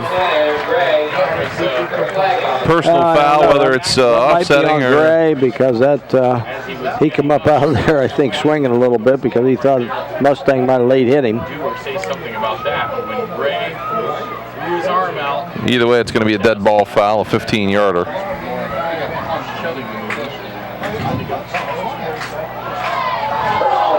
So that'll back up the Braves 15 yards. And those are the types of plays that really set your team Right, back. that's things that you don't need. You know, there's sometimes the guys make good plays and there's nothing you can do. Gray was fighting for the extra yardage, and you know he's fighting, and Claymont kids are coming at him, so he's just going to have to take the hit and get back up and play the next one. So it'll be second down. Looks like it's going to be about 2nd and 25. You know, you just put yourself in a bad situation. Right. Baker will stay in the shotgun. Claymont showing blitz. Baker gets it away. It wobbles, and it's intercepted by the Mustangs. Nick Sanner has it to midfield, to the 40-yard line, to the 35, cuts it back inside, still on his feet at the 20, and ripped down at the 21-yard line. So that was really the first bad pass. Yeah, he kind of underthrew everything right there on that one. Baker threw it off his back foot and didn't get anything under it. As you can see it here again, he steps up to try to throw, and he just lets it go because he saw pressure up the middle from the Mustangs and underthrew his receiver by about 5 yards. Nothing but brown jerseys around. Now we've got the clock stop. We've got a Claymont player down again. And Rob Western down again with the leg cramps. Well, like you mentioned a little bit ago, once you get them in the evening, they just don't seem to go away. So there you saw the Weaver Barnes replay, and this looks like a Weaver Barnes replay too. Yes, of the does. Just almost the same part of the field. You know, at this stage, you're up 14, and if they're going to continue to occur, you might want to think about whether you need him in there or not. Right. Well, like I said, when you get those cramps, it seems like it's a lot easier. Once you get them, it's a lot easier to play offense than it is play defense, because you're going to move backwards on those things, and that's not real fun to do when you have those cramps. So still 4 minutes and 54 seconds to go, third quarter. This is taking a while. Yes. We've had two games now in 2 weeks, and those 2 third quarters we've had seem like they've taken twice as long as any other quarter we've had. The one last week in the Dover game was just... what'd you say? We were talking about that, almost a 45-minute quarter. Just about. Just something not right about that. I don't know. I don't think cut these second halves down. What do you think, from 15 minutes down to 8? I don't even think the fans enjoy something that lasts that long. No, you're right. Yeah, it sounds like it's. So it'll be 1st down and 10 for the Claymont Mustangs after the interception at the 21-yard line. And the Mustangs really a chance to put a nail in the coffin here if they could drive one home. Yeah, this would be a big score for them right here going into the fourth quarter. Materna under center with the eye behind him. Nelson takes the quick pitch. He'll working around the left side. Gets around Gray, still on his feet. And gets ever closer to the 15-yard line. Well, you can see it looks like now Coach Hendry is going to go to the ground game, and like you said just a few minutes ago, he's probably going to want to take off time off the clock as much as he possibly can now. 2-score lead. That one was a matter of he got out of bounds, so did stop the clock. 2nd down and 5.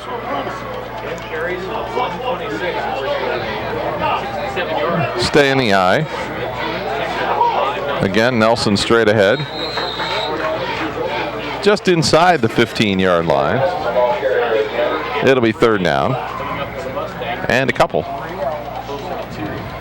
Well, you got 3rd and 3, but again, you're in 4-down territory down here now, so if you don't pick that 1st down up on this one, you can sure go for it again. Get yourself your first victory on the season. Mustangs trying to even their slate at 1-1 as they lost in week 1 to Harrison Central. Materna quickly ahead to Garbrandt. Garbrandt heads to the end zone. Ball's loose. Who's going to pick it up? And it looked like there was a big scramble for it and no official call yet. Oh, I thought maybe he had crossed the goal line by the time he fumbled the football, but he must not have as the... Well, we've got a touchback as Indian Valley recovered it in the end zone.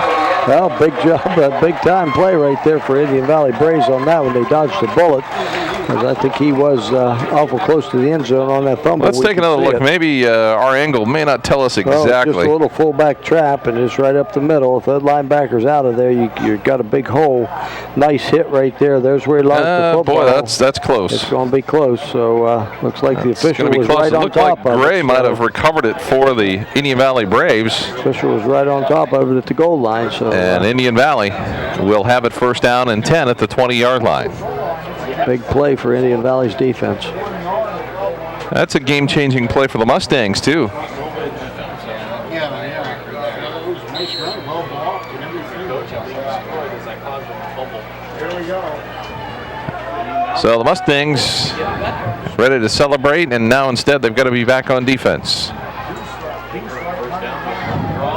Baker, the draw, gets away from the first tackler, still on his feet. Out across the 25 to the 27-yard line. Nice gain of 7. It'll be second down and 3.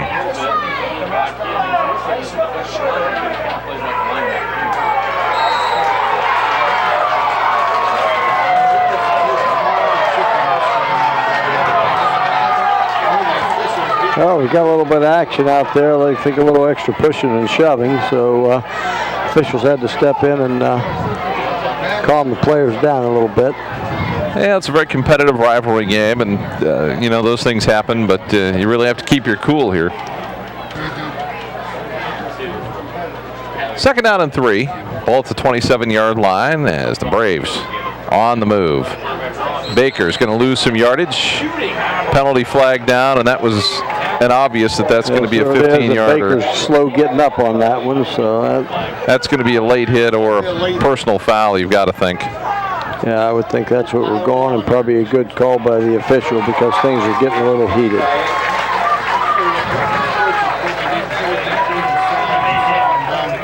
And the unfortunate part is the team that's being penalized, there was no reason to do anything. Exactly. A nice play by Claymont right there. Stopped him at the line of scrimmage. Ended up going out as a third down, and now it's going to end up being a first down for the Braves and give them a little bit of life. You just have to contain that competitive enthusiasm. And now I think they're just going to bring everybody together and warn everybody. Officials are going to get them to captains together and let them know we're going to calm things down here. You almost could tell they were going to throw that flag no matter what happened on that play. And, they want a good, clean game, and both teams just going to have to understand that. So far for a for a rival type of game it has been pretty well played. You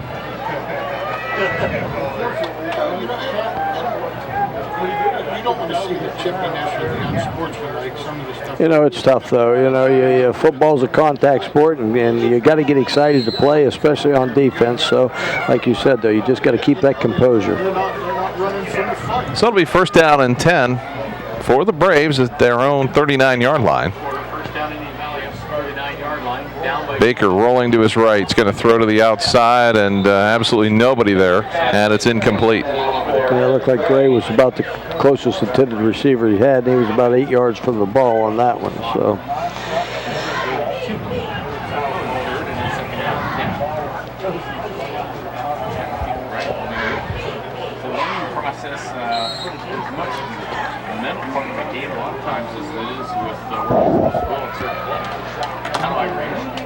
Second down and 10 for Indian Valley with 2:42 to go, third quarter. And the pass intended for Miser overthrown. Sanner on the coverage. And it'll be third down and 10. Well, we've seen Indian Valley come up with a couple third down and long plays, so they got to pull something out of their pocket on this one to continue this drive. You know, I think the art of running the football has been lost a lot. I think there's a lot of Everybody people looks that at the spread offense as they think that's a savior, and that's not to be critical of any one team. No. There's a lot of teams that are doing it, but exactly. it really. But it's back to the same thing, and even the spread offensive teams that you have, they run the football. 3rd down and 10. Baker to the outside. They're going to look for the double pass. Gray across the middle, and it's incomplete. That one bounced. Not even close. And it's 4th down. Oh, that was a nice. And the Braves have another player down. Like Gray's down. He got popped as soon as he was letting the ball go. And but I'll tell you what, that was a well-defined play, a well thought up play right there. As he steps up to throw the football. You got a couple Mustangs beaten down.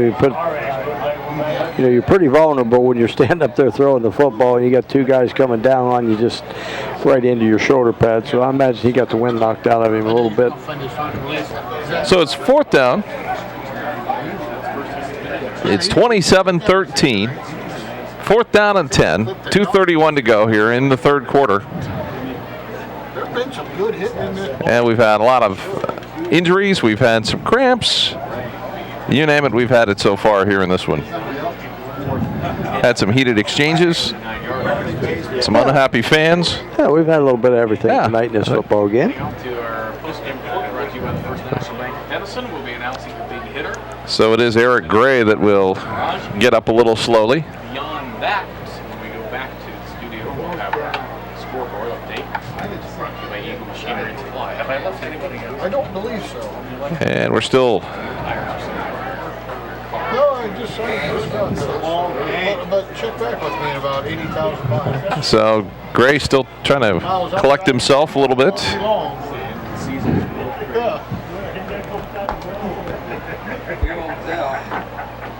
Chuck, would you like to talk about the cheerleaders or anything? Well, Indian Valley and Claymont both in the ECOL lately.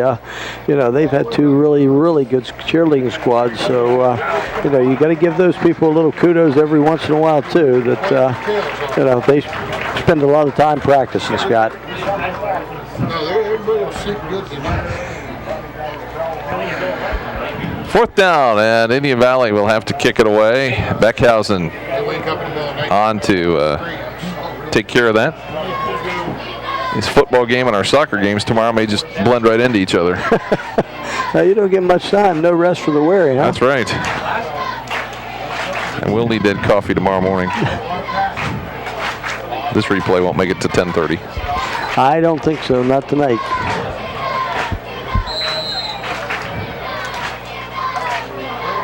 So Beckhausen the rugby style. Yeah, the rugby style. will try and kick it away here on 4th down. Gallagher back deep for the Mustangs. And Beckhausen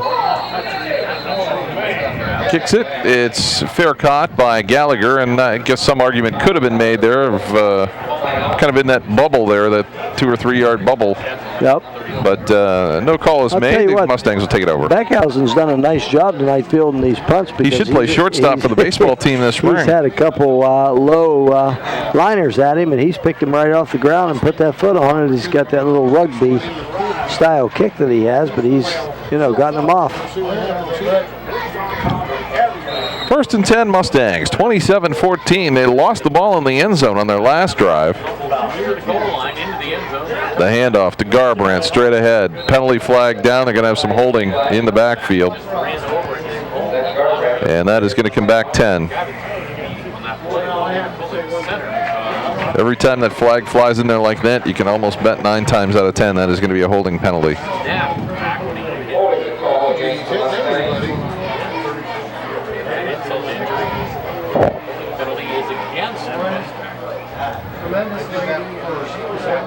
Still 2:06 to play, 3rd quarter here at Claymont Stadium. Scott Robinson and Chuck Rest with you on Big Time Sports. He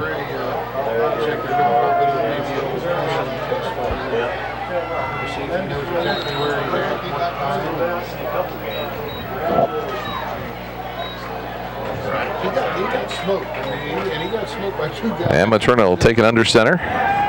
drops back, looks to the outside. Nelson tried to run with it before he had a hold of it. And that screen pass is incomplete. It'll bring up second down at about 25. Just some basic things that both teams have struggled with tonight. That's just catching the football. Yep. When they've been out and wide open, a couple drops here and there, and that's always that want to run before you catch it. Well, Nelson's had a pretty good night. He's had a very good night tonight, especially running that football. He's probably got 100 yards plus himself. We know he's got about a 66-yard run as part of that. And he's been kind of the hot back, and Ed Henry's tried to ride him. Settled in with him, and Materna to Mills, broken up nicely by the Braves. That was a nice breakup by the Indian Valley Braves defensive back. So it'll be third down and 25. And we've got another injury for the Indian Valley Braves. Feel bad for these trainers. Well, it looks like that's another cramp, so we're starting to show a little bit of the wear and tear on these two-way players. The trainers are earning their money.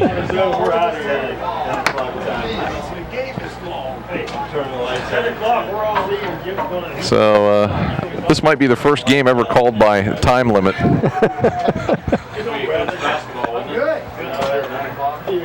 It is 1:47 to go here in the third quarter. 27-13. Get a couple of the crowd shots. Coming up at the conclusion of our game tonight, we'll have the Edelweiss Tavern and Inn post-game show.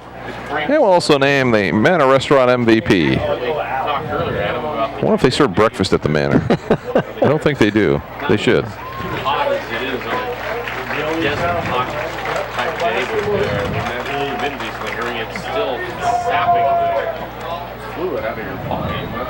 So good look at the big time sports and Think Ferris sign. It's not like that tomorrow. Those buses will be the size of minivans. Will be cramped up so bad. Third down and 25 for the Mustangs. And Materna under center. Materna looks to go to the outside. Mills is out there, intercepted. Miser has it at the 40, the 35, the 30. Back to the middle of the field, cuts it back to the outside, and he'll be down at about the 22-yard line. And again, we've got another Brave player that's going to struggle to get to the sideline. Well, Materna just underthrew that one a little bit, and ended up Indian Valley comes in and makes a nice pick on it. Let's take a look at it here on the replay. Weaver Barnes steps replay. Up in and throws it, but he got, I think, just a little too much air underneath it. Mills kind of had him beat, but nice job by the Braves defense. Pick it up, nice run back. I don't know, Scott. I'm just kind of questioning here, and you always question coaches here and there. You got a 27-13 lead. Why aren't we just banging the ball at them? Because that's exactly how we scored on our last touchdown. But they know their players, we don't. Baker, nowhere to go. And Garbrandt just absolutely plants Zach Baker. Yeah, he made it. That's just a textbook tackle on that one by Garbrandt on Baker.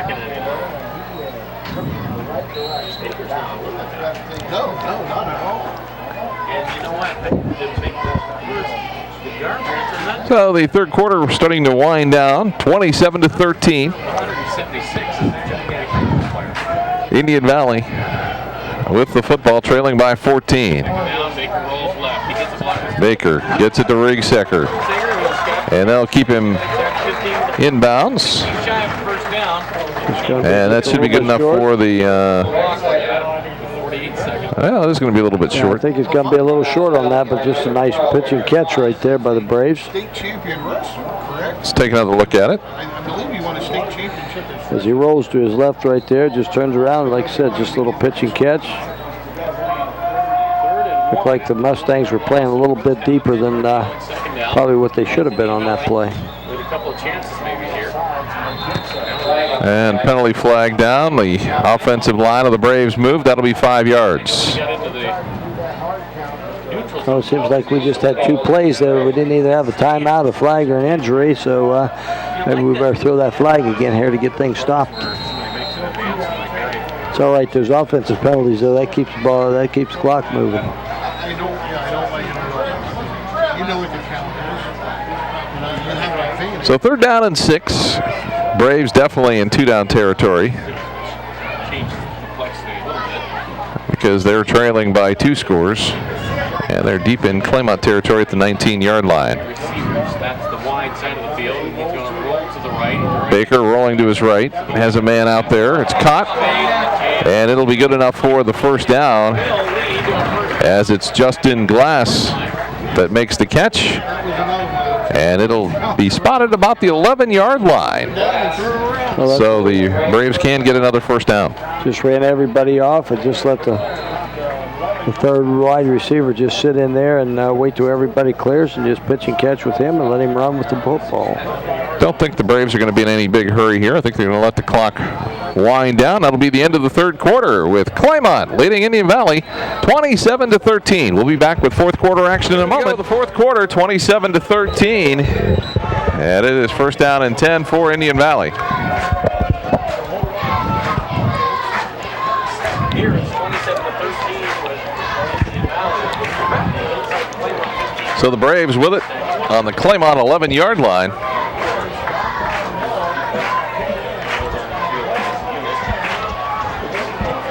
Well, the Braves get this in here, Scott. You know, now we got us a football game again as they're down by 1 score, and we got a whole quarter of football to play. And the officiating crew still doesn't look like they've got it together. Now it looks like they're ready to go. And here on 1st down and 10 at the 11, Baker takes a snap rolling to his left, fakes the handoff, throws across the middle of the end zone, and it's incomplete. A lot of bodies crisscrossing there right around the goal line. Kind of a dangerous play. Well, like we said, it's really tough, especially for a right-handed quarterback to roll to his left and turn around and throw that ball across his body back to the right-hand side. And you're looking for dangerous things to happen on something like that. 2nd down and 10. As Baker looks to the sideline. You really can't squander these opportunities because you may not get that many more. Exactly. Of them Being in the 4th quarter right now, you know, you got to put the ball in the end zone if you're down here this close.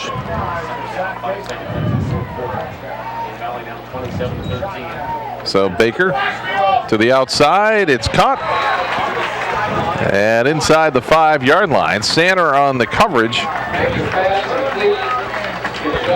And Justin Glass, the receiver. And now it's about 3rd down and 2 at the 3-yard line. Baker hurries up, drops the football, it's loose.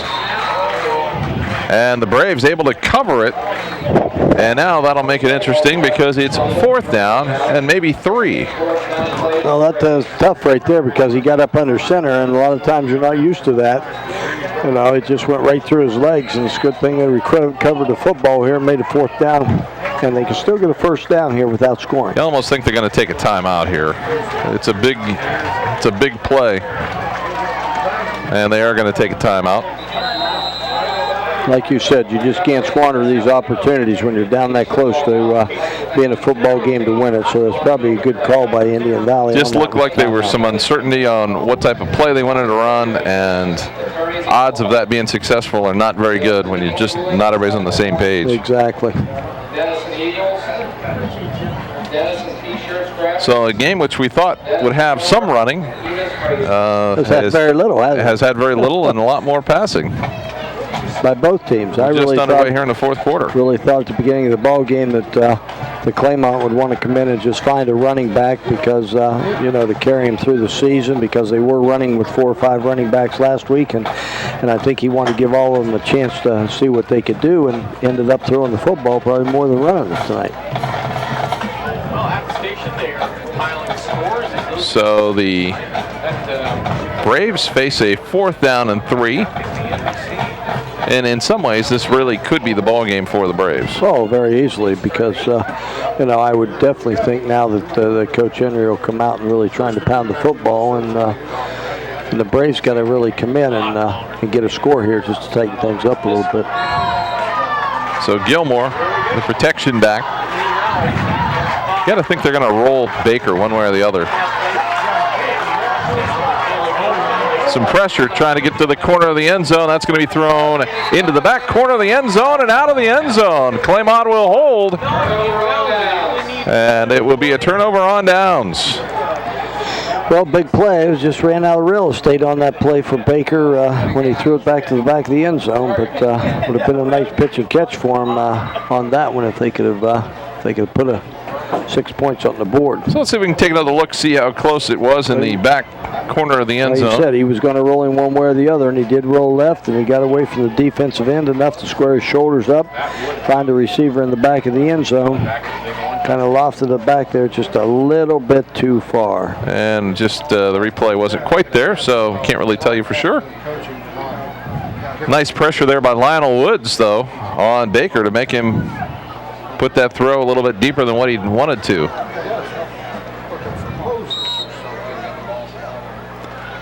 So it's first down and 10 for the Mustangs at their own 5-yard line. Good side.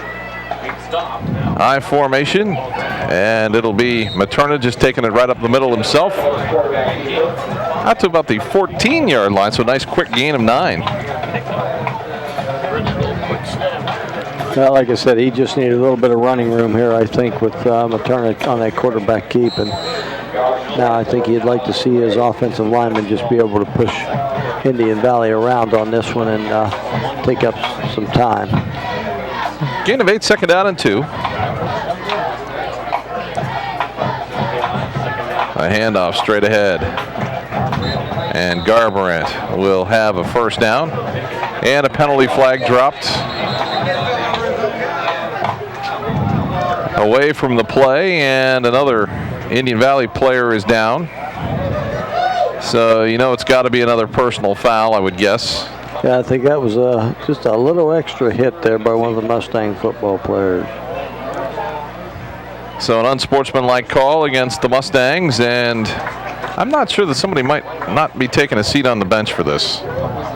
I think both ways it's getting a little bit out of hand here now that on these personal fouls, and the officials having to stop it and clean the game up a little bit. It's one thing you got to realize as a football player, you get thrown out of a football game, you don't get to play the next week. So, you really got to be thinking about that when you do something.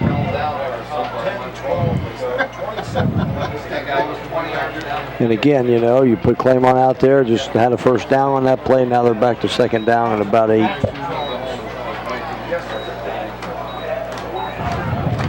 So the Mustangs will have it second down and 8. Good call on that. A little better than 10 minutes to go in the ball game. The pitch to Nelson looked like he might have bobbled it just a little bit, able to corral it. That was nice pressure right there by Indian Valley on that one, coming right in there. And like you said, he did bobble a little bit, but as soon as he got a hold of it, they had a Brave in there. It looked like Bobby Hall was in there to make the stop. So third down and 8 for the Mustangs. And Claymont just has not helped themselves when they've had the ball with the lead. They just haven't been able to take any time off the clock at all. We talked last week a little bit on teams going from week 1 to week 2. The improvement that they make and how much improvement they can make in the between the first and second weeks. And I think both teams watching the films will see some improvement somewhere, but I think they've both made probably too many mistakes tonight for their coaches. And now I think we've got another timeout maybe.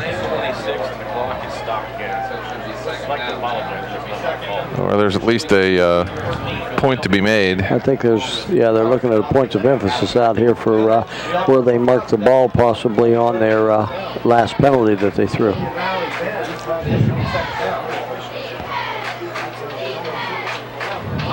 So now another discussion ensues.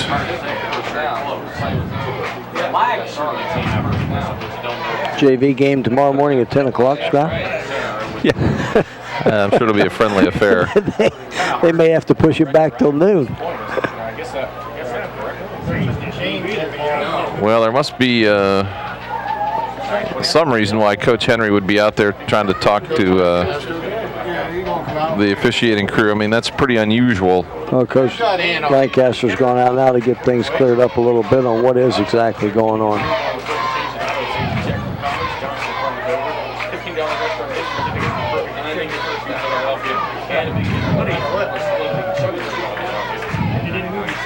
So it doesn't appear that they're going to change anything.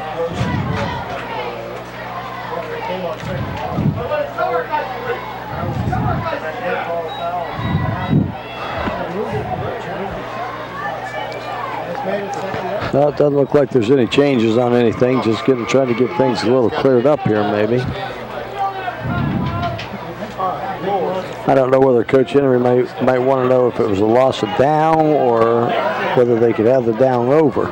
Well, one thing's for sure, in the end of things, is this really accomplishing anything? And right.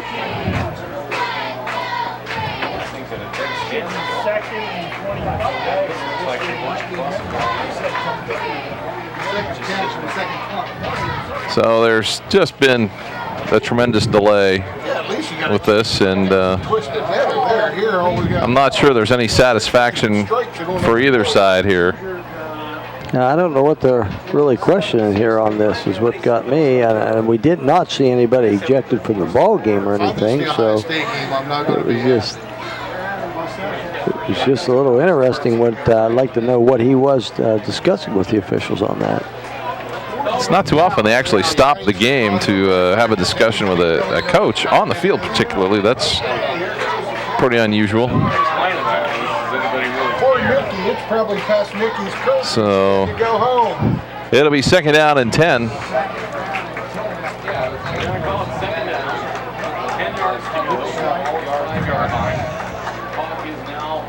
And Materna. The handoff. And Nelson. A lot of room to run. Still on his feet out near the 25-yard line. So that should end any doubt that that's going to be a first down. I think that is a first down here. Don't see anybody down. Don't see any flags. So it looks like we're going to keep the clock moving right here. And well, Corey Nelson is moving himself into contention for the Manor Restaurant MVP. I think he is, and I think he's kind of taking it upon himself here, Scott, to say, you know what, I want to be the tailback in this offense. He certainly earned a few more carries, that's for sure. A handoff to Garbrandt straight ahead. Miser there to stack it up. And also there, Jared Yoder. Jared Yoder had a nice game tonight. Yes, he has. Jared's had a nice game on both sides of football. 2nd down and 9 after the gain of 1. There you get a good ground level view of the game. You just keep touching them with that up in between the tackles.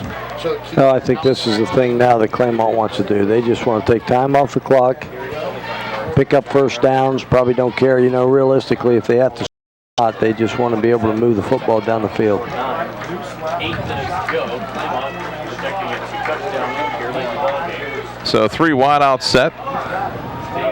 Nelson again, the pitch, has some running room out across the 40, the 45, the 50, into Indian Valley territory at the 44-yard line.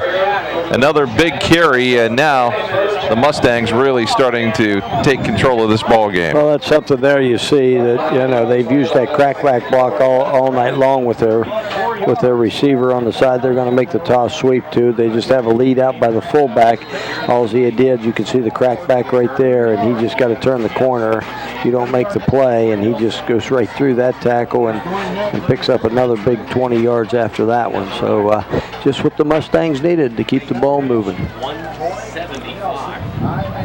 7.5 minutes to go here. 4th quarter.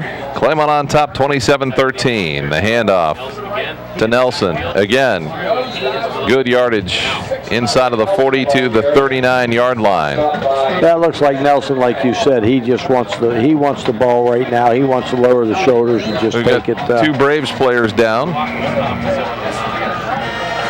We'll take a break. We'll come back with more of the fourth quarter action. 27-13. Claymont on top. Back with more in a moment here on Big Time Sports. 7:09 to go here in the fourth quarter. 27-13. The Claymont Mustangs with the lead over the Indian Valley Braves. Out of the I formation here. Materna will give it to Nelson. Straight ahead, and looks like he is going to be very close to another first down at the 35-yard line. It's going to be just a little bit short. It'll be third down.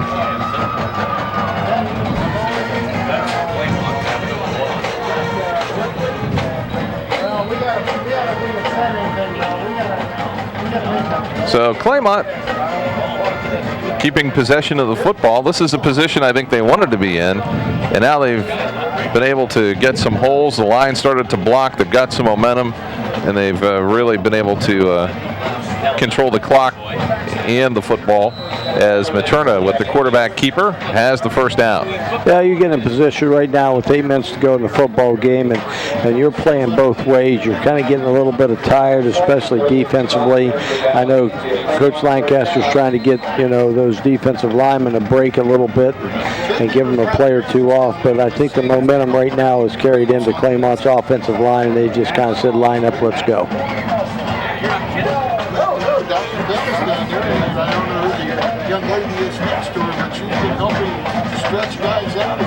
So it's first down and 10 at the 31-yard line of the Braves. Materna again to Nelson. Across the right side, the 30 down to maybe the 27-yard line. Another gain of 4. And now Nelson is down, and he's getting up slowly.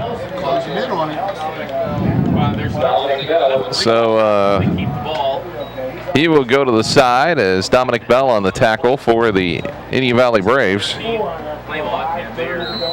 now, they're just concentrating on trying to keep the ball.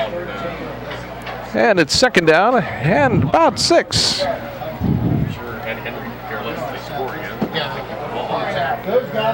And now a tailback. It's Caleb Tarleton lined up behind Garbrandt. Materna is going to look to the outside. He's got a man open out there. Cox has it, and it's a touchdown, Mustangs.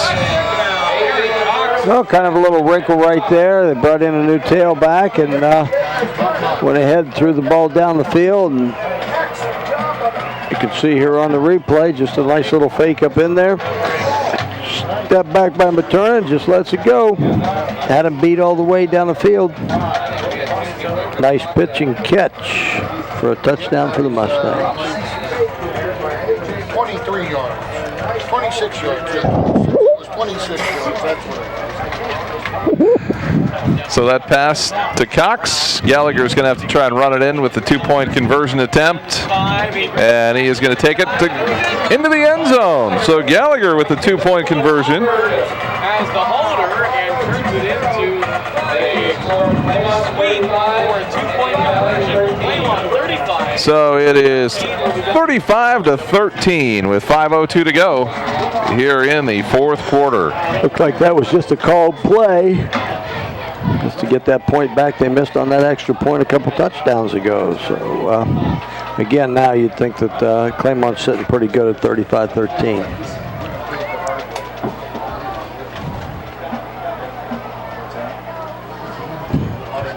So 5:02 to go in the ball game, and Claymont has now officially taken control. Yes, I'd have to think with 5 minutes to go and a 35-13 lead that the Mustangs just play a little bit of defense, get the ball back here and run the clock out.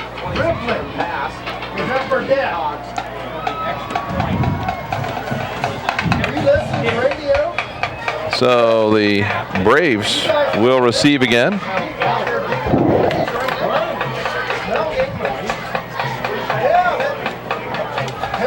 Well, Scott, you got 1 of 3 in here pretty close. You got a big day tomorrow, so that's not much sleep for you tonight. Yeah, I'm going to need to get up and get going. Get my rest. I got big soccer games to do tomorrow. You got 2 big soccer games tomorrow. Don't forget Dover Philly soccer, boys and girls.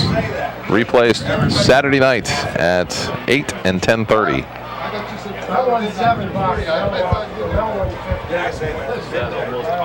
next week for high school football. Tusky Valley at Garaway. Can't get better than that. Oh, that'll be a Dale good Martini football and our game. buddy Jason Wallach.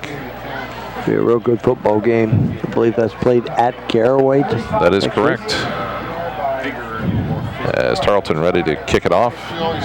You know, sometimes the pace of the game is really set by the officiating crew, and even on the kickoffs, this has just gone very, very slowly. You know, there's no, you know, most guys get the football down, they're ready to go, and this has taken some time.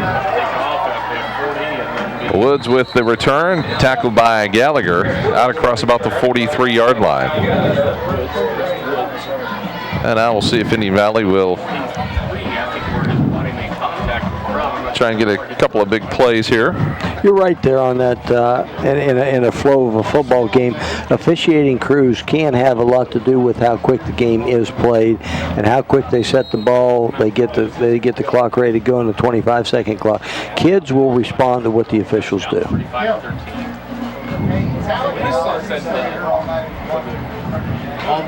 So a little under 5 minutes to go here in this one. They will have played pretty well.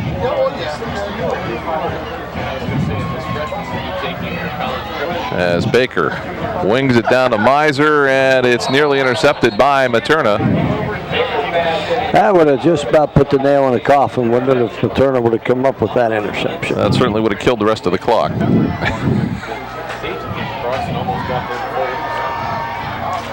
Well, I do agree with you on that previous day. I think it So second down and 10. done a nice job for a young team. They've answered, And I have been very impressed with Zach Baker. Based on his performance, he has really done a nice job. Just what you said, from last year to this year, he has really gotten a lot better. He really is protecting the football for the most part, and that's been very helpful. No matter what happens here, as Materna this time gets the interception. And he's got some running room down the sideline, and still on his feet and just tripped up at about the 26-yard line. So Materna, a nice interception and return back to the 26. Again, Baker just underthrew that one just a little bit. Materna knew, you know, that's a great thing as a defensive back. When you know that they have to throw the football, you can just watch the eyes of the quarterback. Just make sure you stay in your zone, and you see he just stepped right in front of that one. Made a nice spin, got himself gone here, made a nice return right down the sidelines, tried to cut it back in, just about stayed on his feet to take it in. That's strictly an interception based on the game itself, because when you're down that far, not much you can do. Right. You've got to get it down the field, Exactly. being down 3 scores. First down and 10 for Claymont. And the handoff to Tarleton. Into the pile, still some hard hitting going on the field. And another Brave is down. And that is Brandon Ziegler.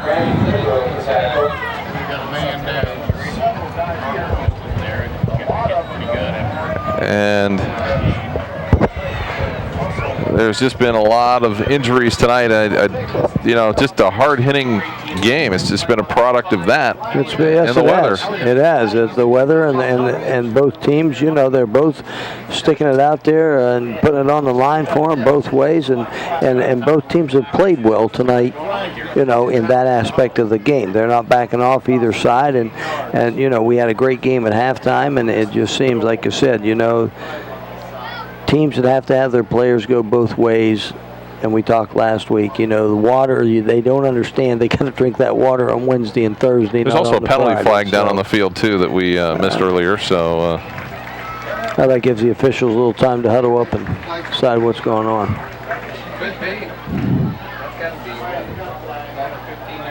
So, you know, it's going to be some type of unsportsmanlike penalty or personal foul, something that is going to impact the last couple of minutes of this one. Here it's 35-13. 35-13 with 4:18 to go here in the fourth quarter. Scott Robinson and Chuck Rest with you. And now we've got penalty against the Looks Braves. like against the Braves, and something that they didn't need because they don't really want to give up another score.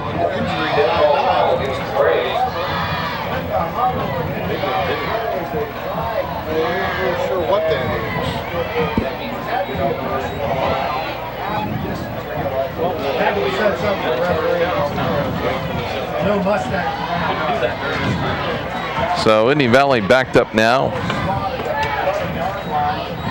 to just outside of the 10-yard line, the way it looks. Maybe the 12. And new quarterback in for the Mustangs. That is Nick Merrick. Nick Merrick takes it straight up the middle. Touchdown. Nick Merrick, 12-yard run. Hang on, Scott. We got a penalty. All right. Well, maybe that one's coming back. You can see that. And it is going to come back. Yeah, you see Merrick. He just takes it right up in. Quarterback sneak. Indian Valley's not moving their middle linebacker out over the center, and that leaves that wide open, and that's going to give the quarterback sneak. So we got a little excited. That one is going to come back. Overtime's over. They have no control of the game. Is the problem. Question their calls, but everything is I don't even know what that is. That's like something you see in a country line dancing contest or something. The Macarena. So first down and 10 for the Mustangs, and the clock rolling down under the 4-minute mark. We're going to give you an abbreviated version of the Edelweiss Tavern and Inn post-game show coming up.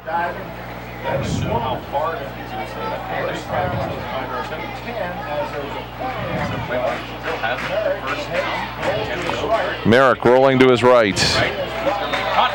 Taken out right at the marker. And that'll stop the clock.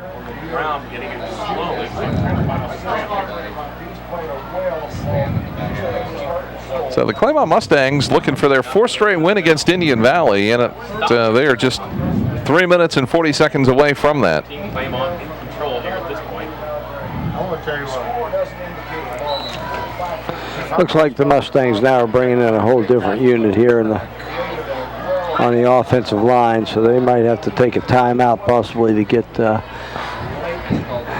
right personnel in.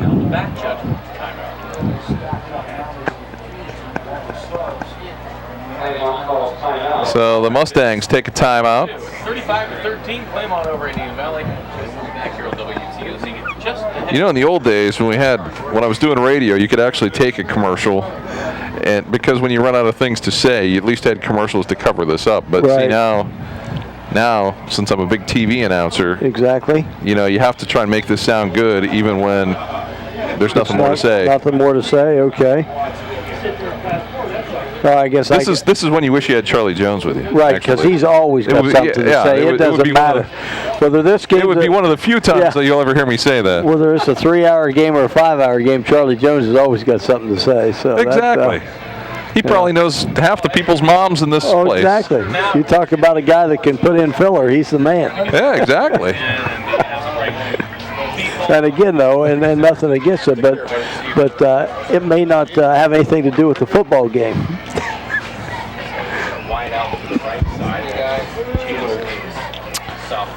Oh. You know, Big Jim sounds pretty good right now. Closed. Yeah, I know. I was thinking for breakfast. A little hamburger for breakfast. The pitch inside. And the carry by Kyle Garbrandt. Well, you're going to have a whole lot of new faces in here on this one, on the Mustang offense, so you may have to get that roster back out, Scott, and start looking.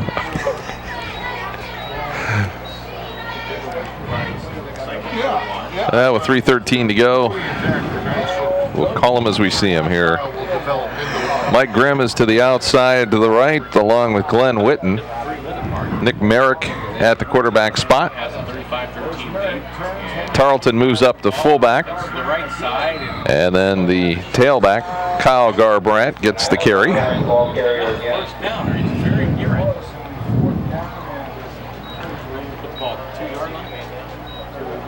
Try and get some of the other youngsters a mention here as we can.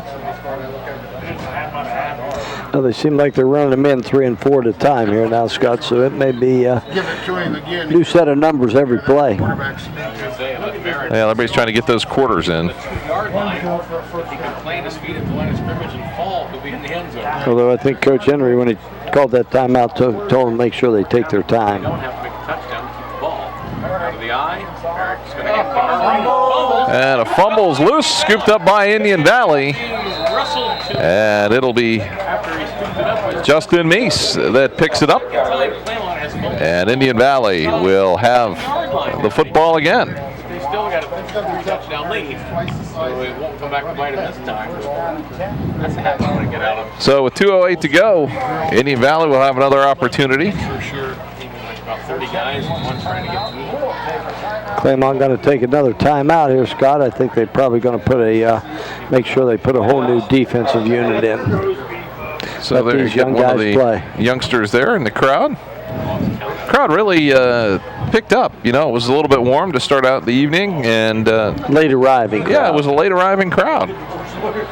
And you know, it's a little bit difficult to get a good crowd. I mean, it's Labor Day weekend. Exactly. There's a lot of things going on, and you know, maybe a few showers here and there, some sprinkles.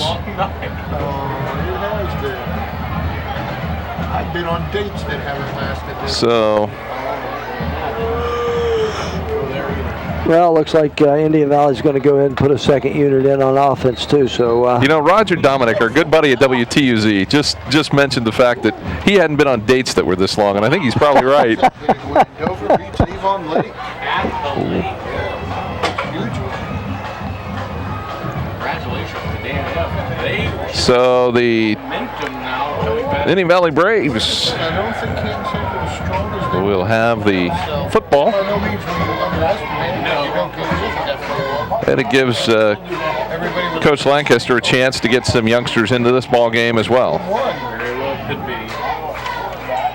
Valley Kyle Lehigh takes the snap that time. takes the snap, and the handoff made to number 33, Ryan Simmers. Carried it. Administered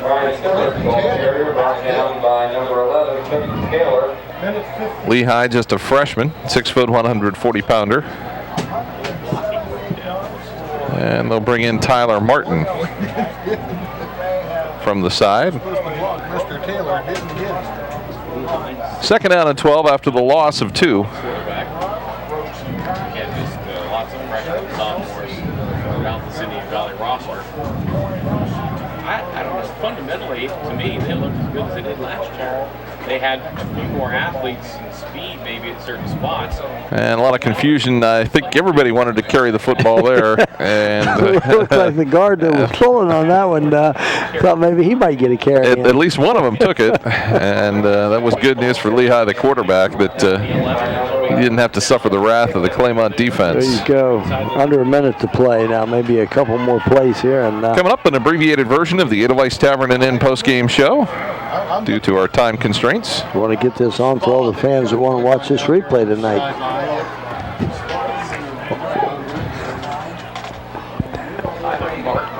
Brings the play into the sideline, splits to the right. So third down and 10. That's Mike Russell, another one of the great. What could be the final play of the ball game here. Signals now take this. And they could not get the playoff in time, so they'll back it up. At this late stage, I'm not sure what the sense is in throwing that particular flag, but it's okay. Rules are rule. Some of those penalties that were thrown, I have no idea what the penalty was, and I guess that it was 5 yards. Obviously, you needed to look at the scoreboard. I guess so. Scoreboard and, you know, look who's playing. Although throwing that flag right there, it might get the last play of the game in. Understandable. We have professional people up here. They didn't stop. So the Braves, another carry, Simmers again. and I think that might just do it. Down to the final 10 seconds here. down. Yeah, I think it's 4th down that they're going to have to run a play, so this punt here is going to be history. By Simmers as we count down the last. So it's time now for the Edelweiss Tavern and Inn post-game show, brought to you by the Edelweiss Tavern and Inn. Before or after the game, try the Edelweiss Tavern in downtown Sugar Creek. During the week, try their delicious lunch and dinner specials. And on Friday and Saturday, they feature Italian pasta and the very best steak and prime rib in the county. The Edelweiss Tavern in downtown Sugar Creek. Chuck, good game for the Claymont Mustangs. They come out early, they score late, and they come up with a 35-13 victory. Well, I think what it was, Scott, there was a second half that it went both Indian Valley and Claymont's way right at the beginning of the second half, and then a few mistakes by Indian Valley. Claymont just took over and gave the final score. Really wasn't a great indication of how close the game was throughout here and there, but you could see that the Mustangs just pretty much dominated the second half. And now it's time for our Manor Restaurant MVP, and that is Corey Nelson of the Claymont Mustangs. He is the Manor Restaurant MVP for our ball game between Claymont and Indian Valley. 35-13, the final score. The Claymont Mustangs with their 4th straight.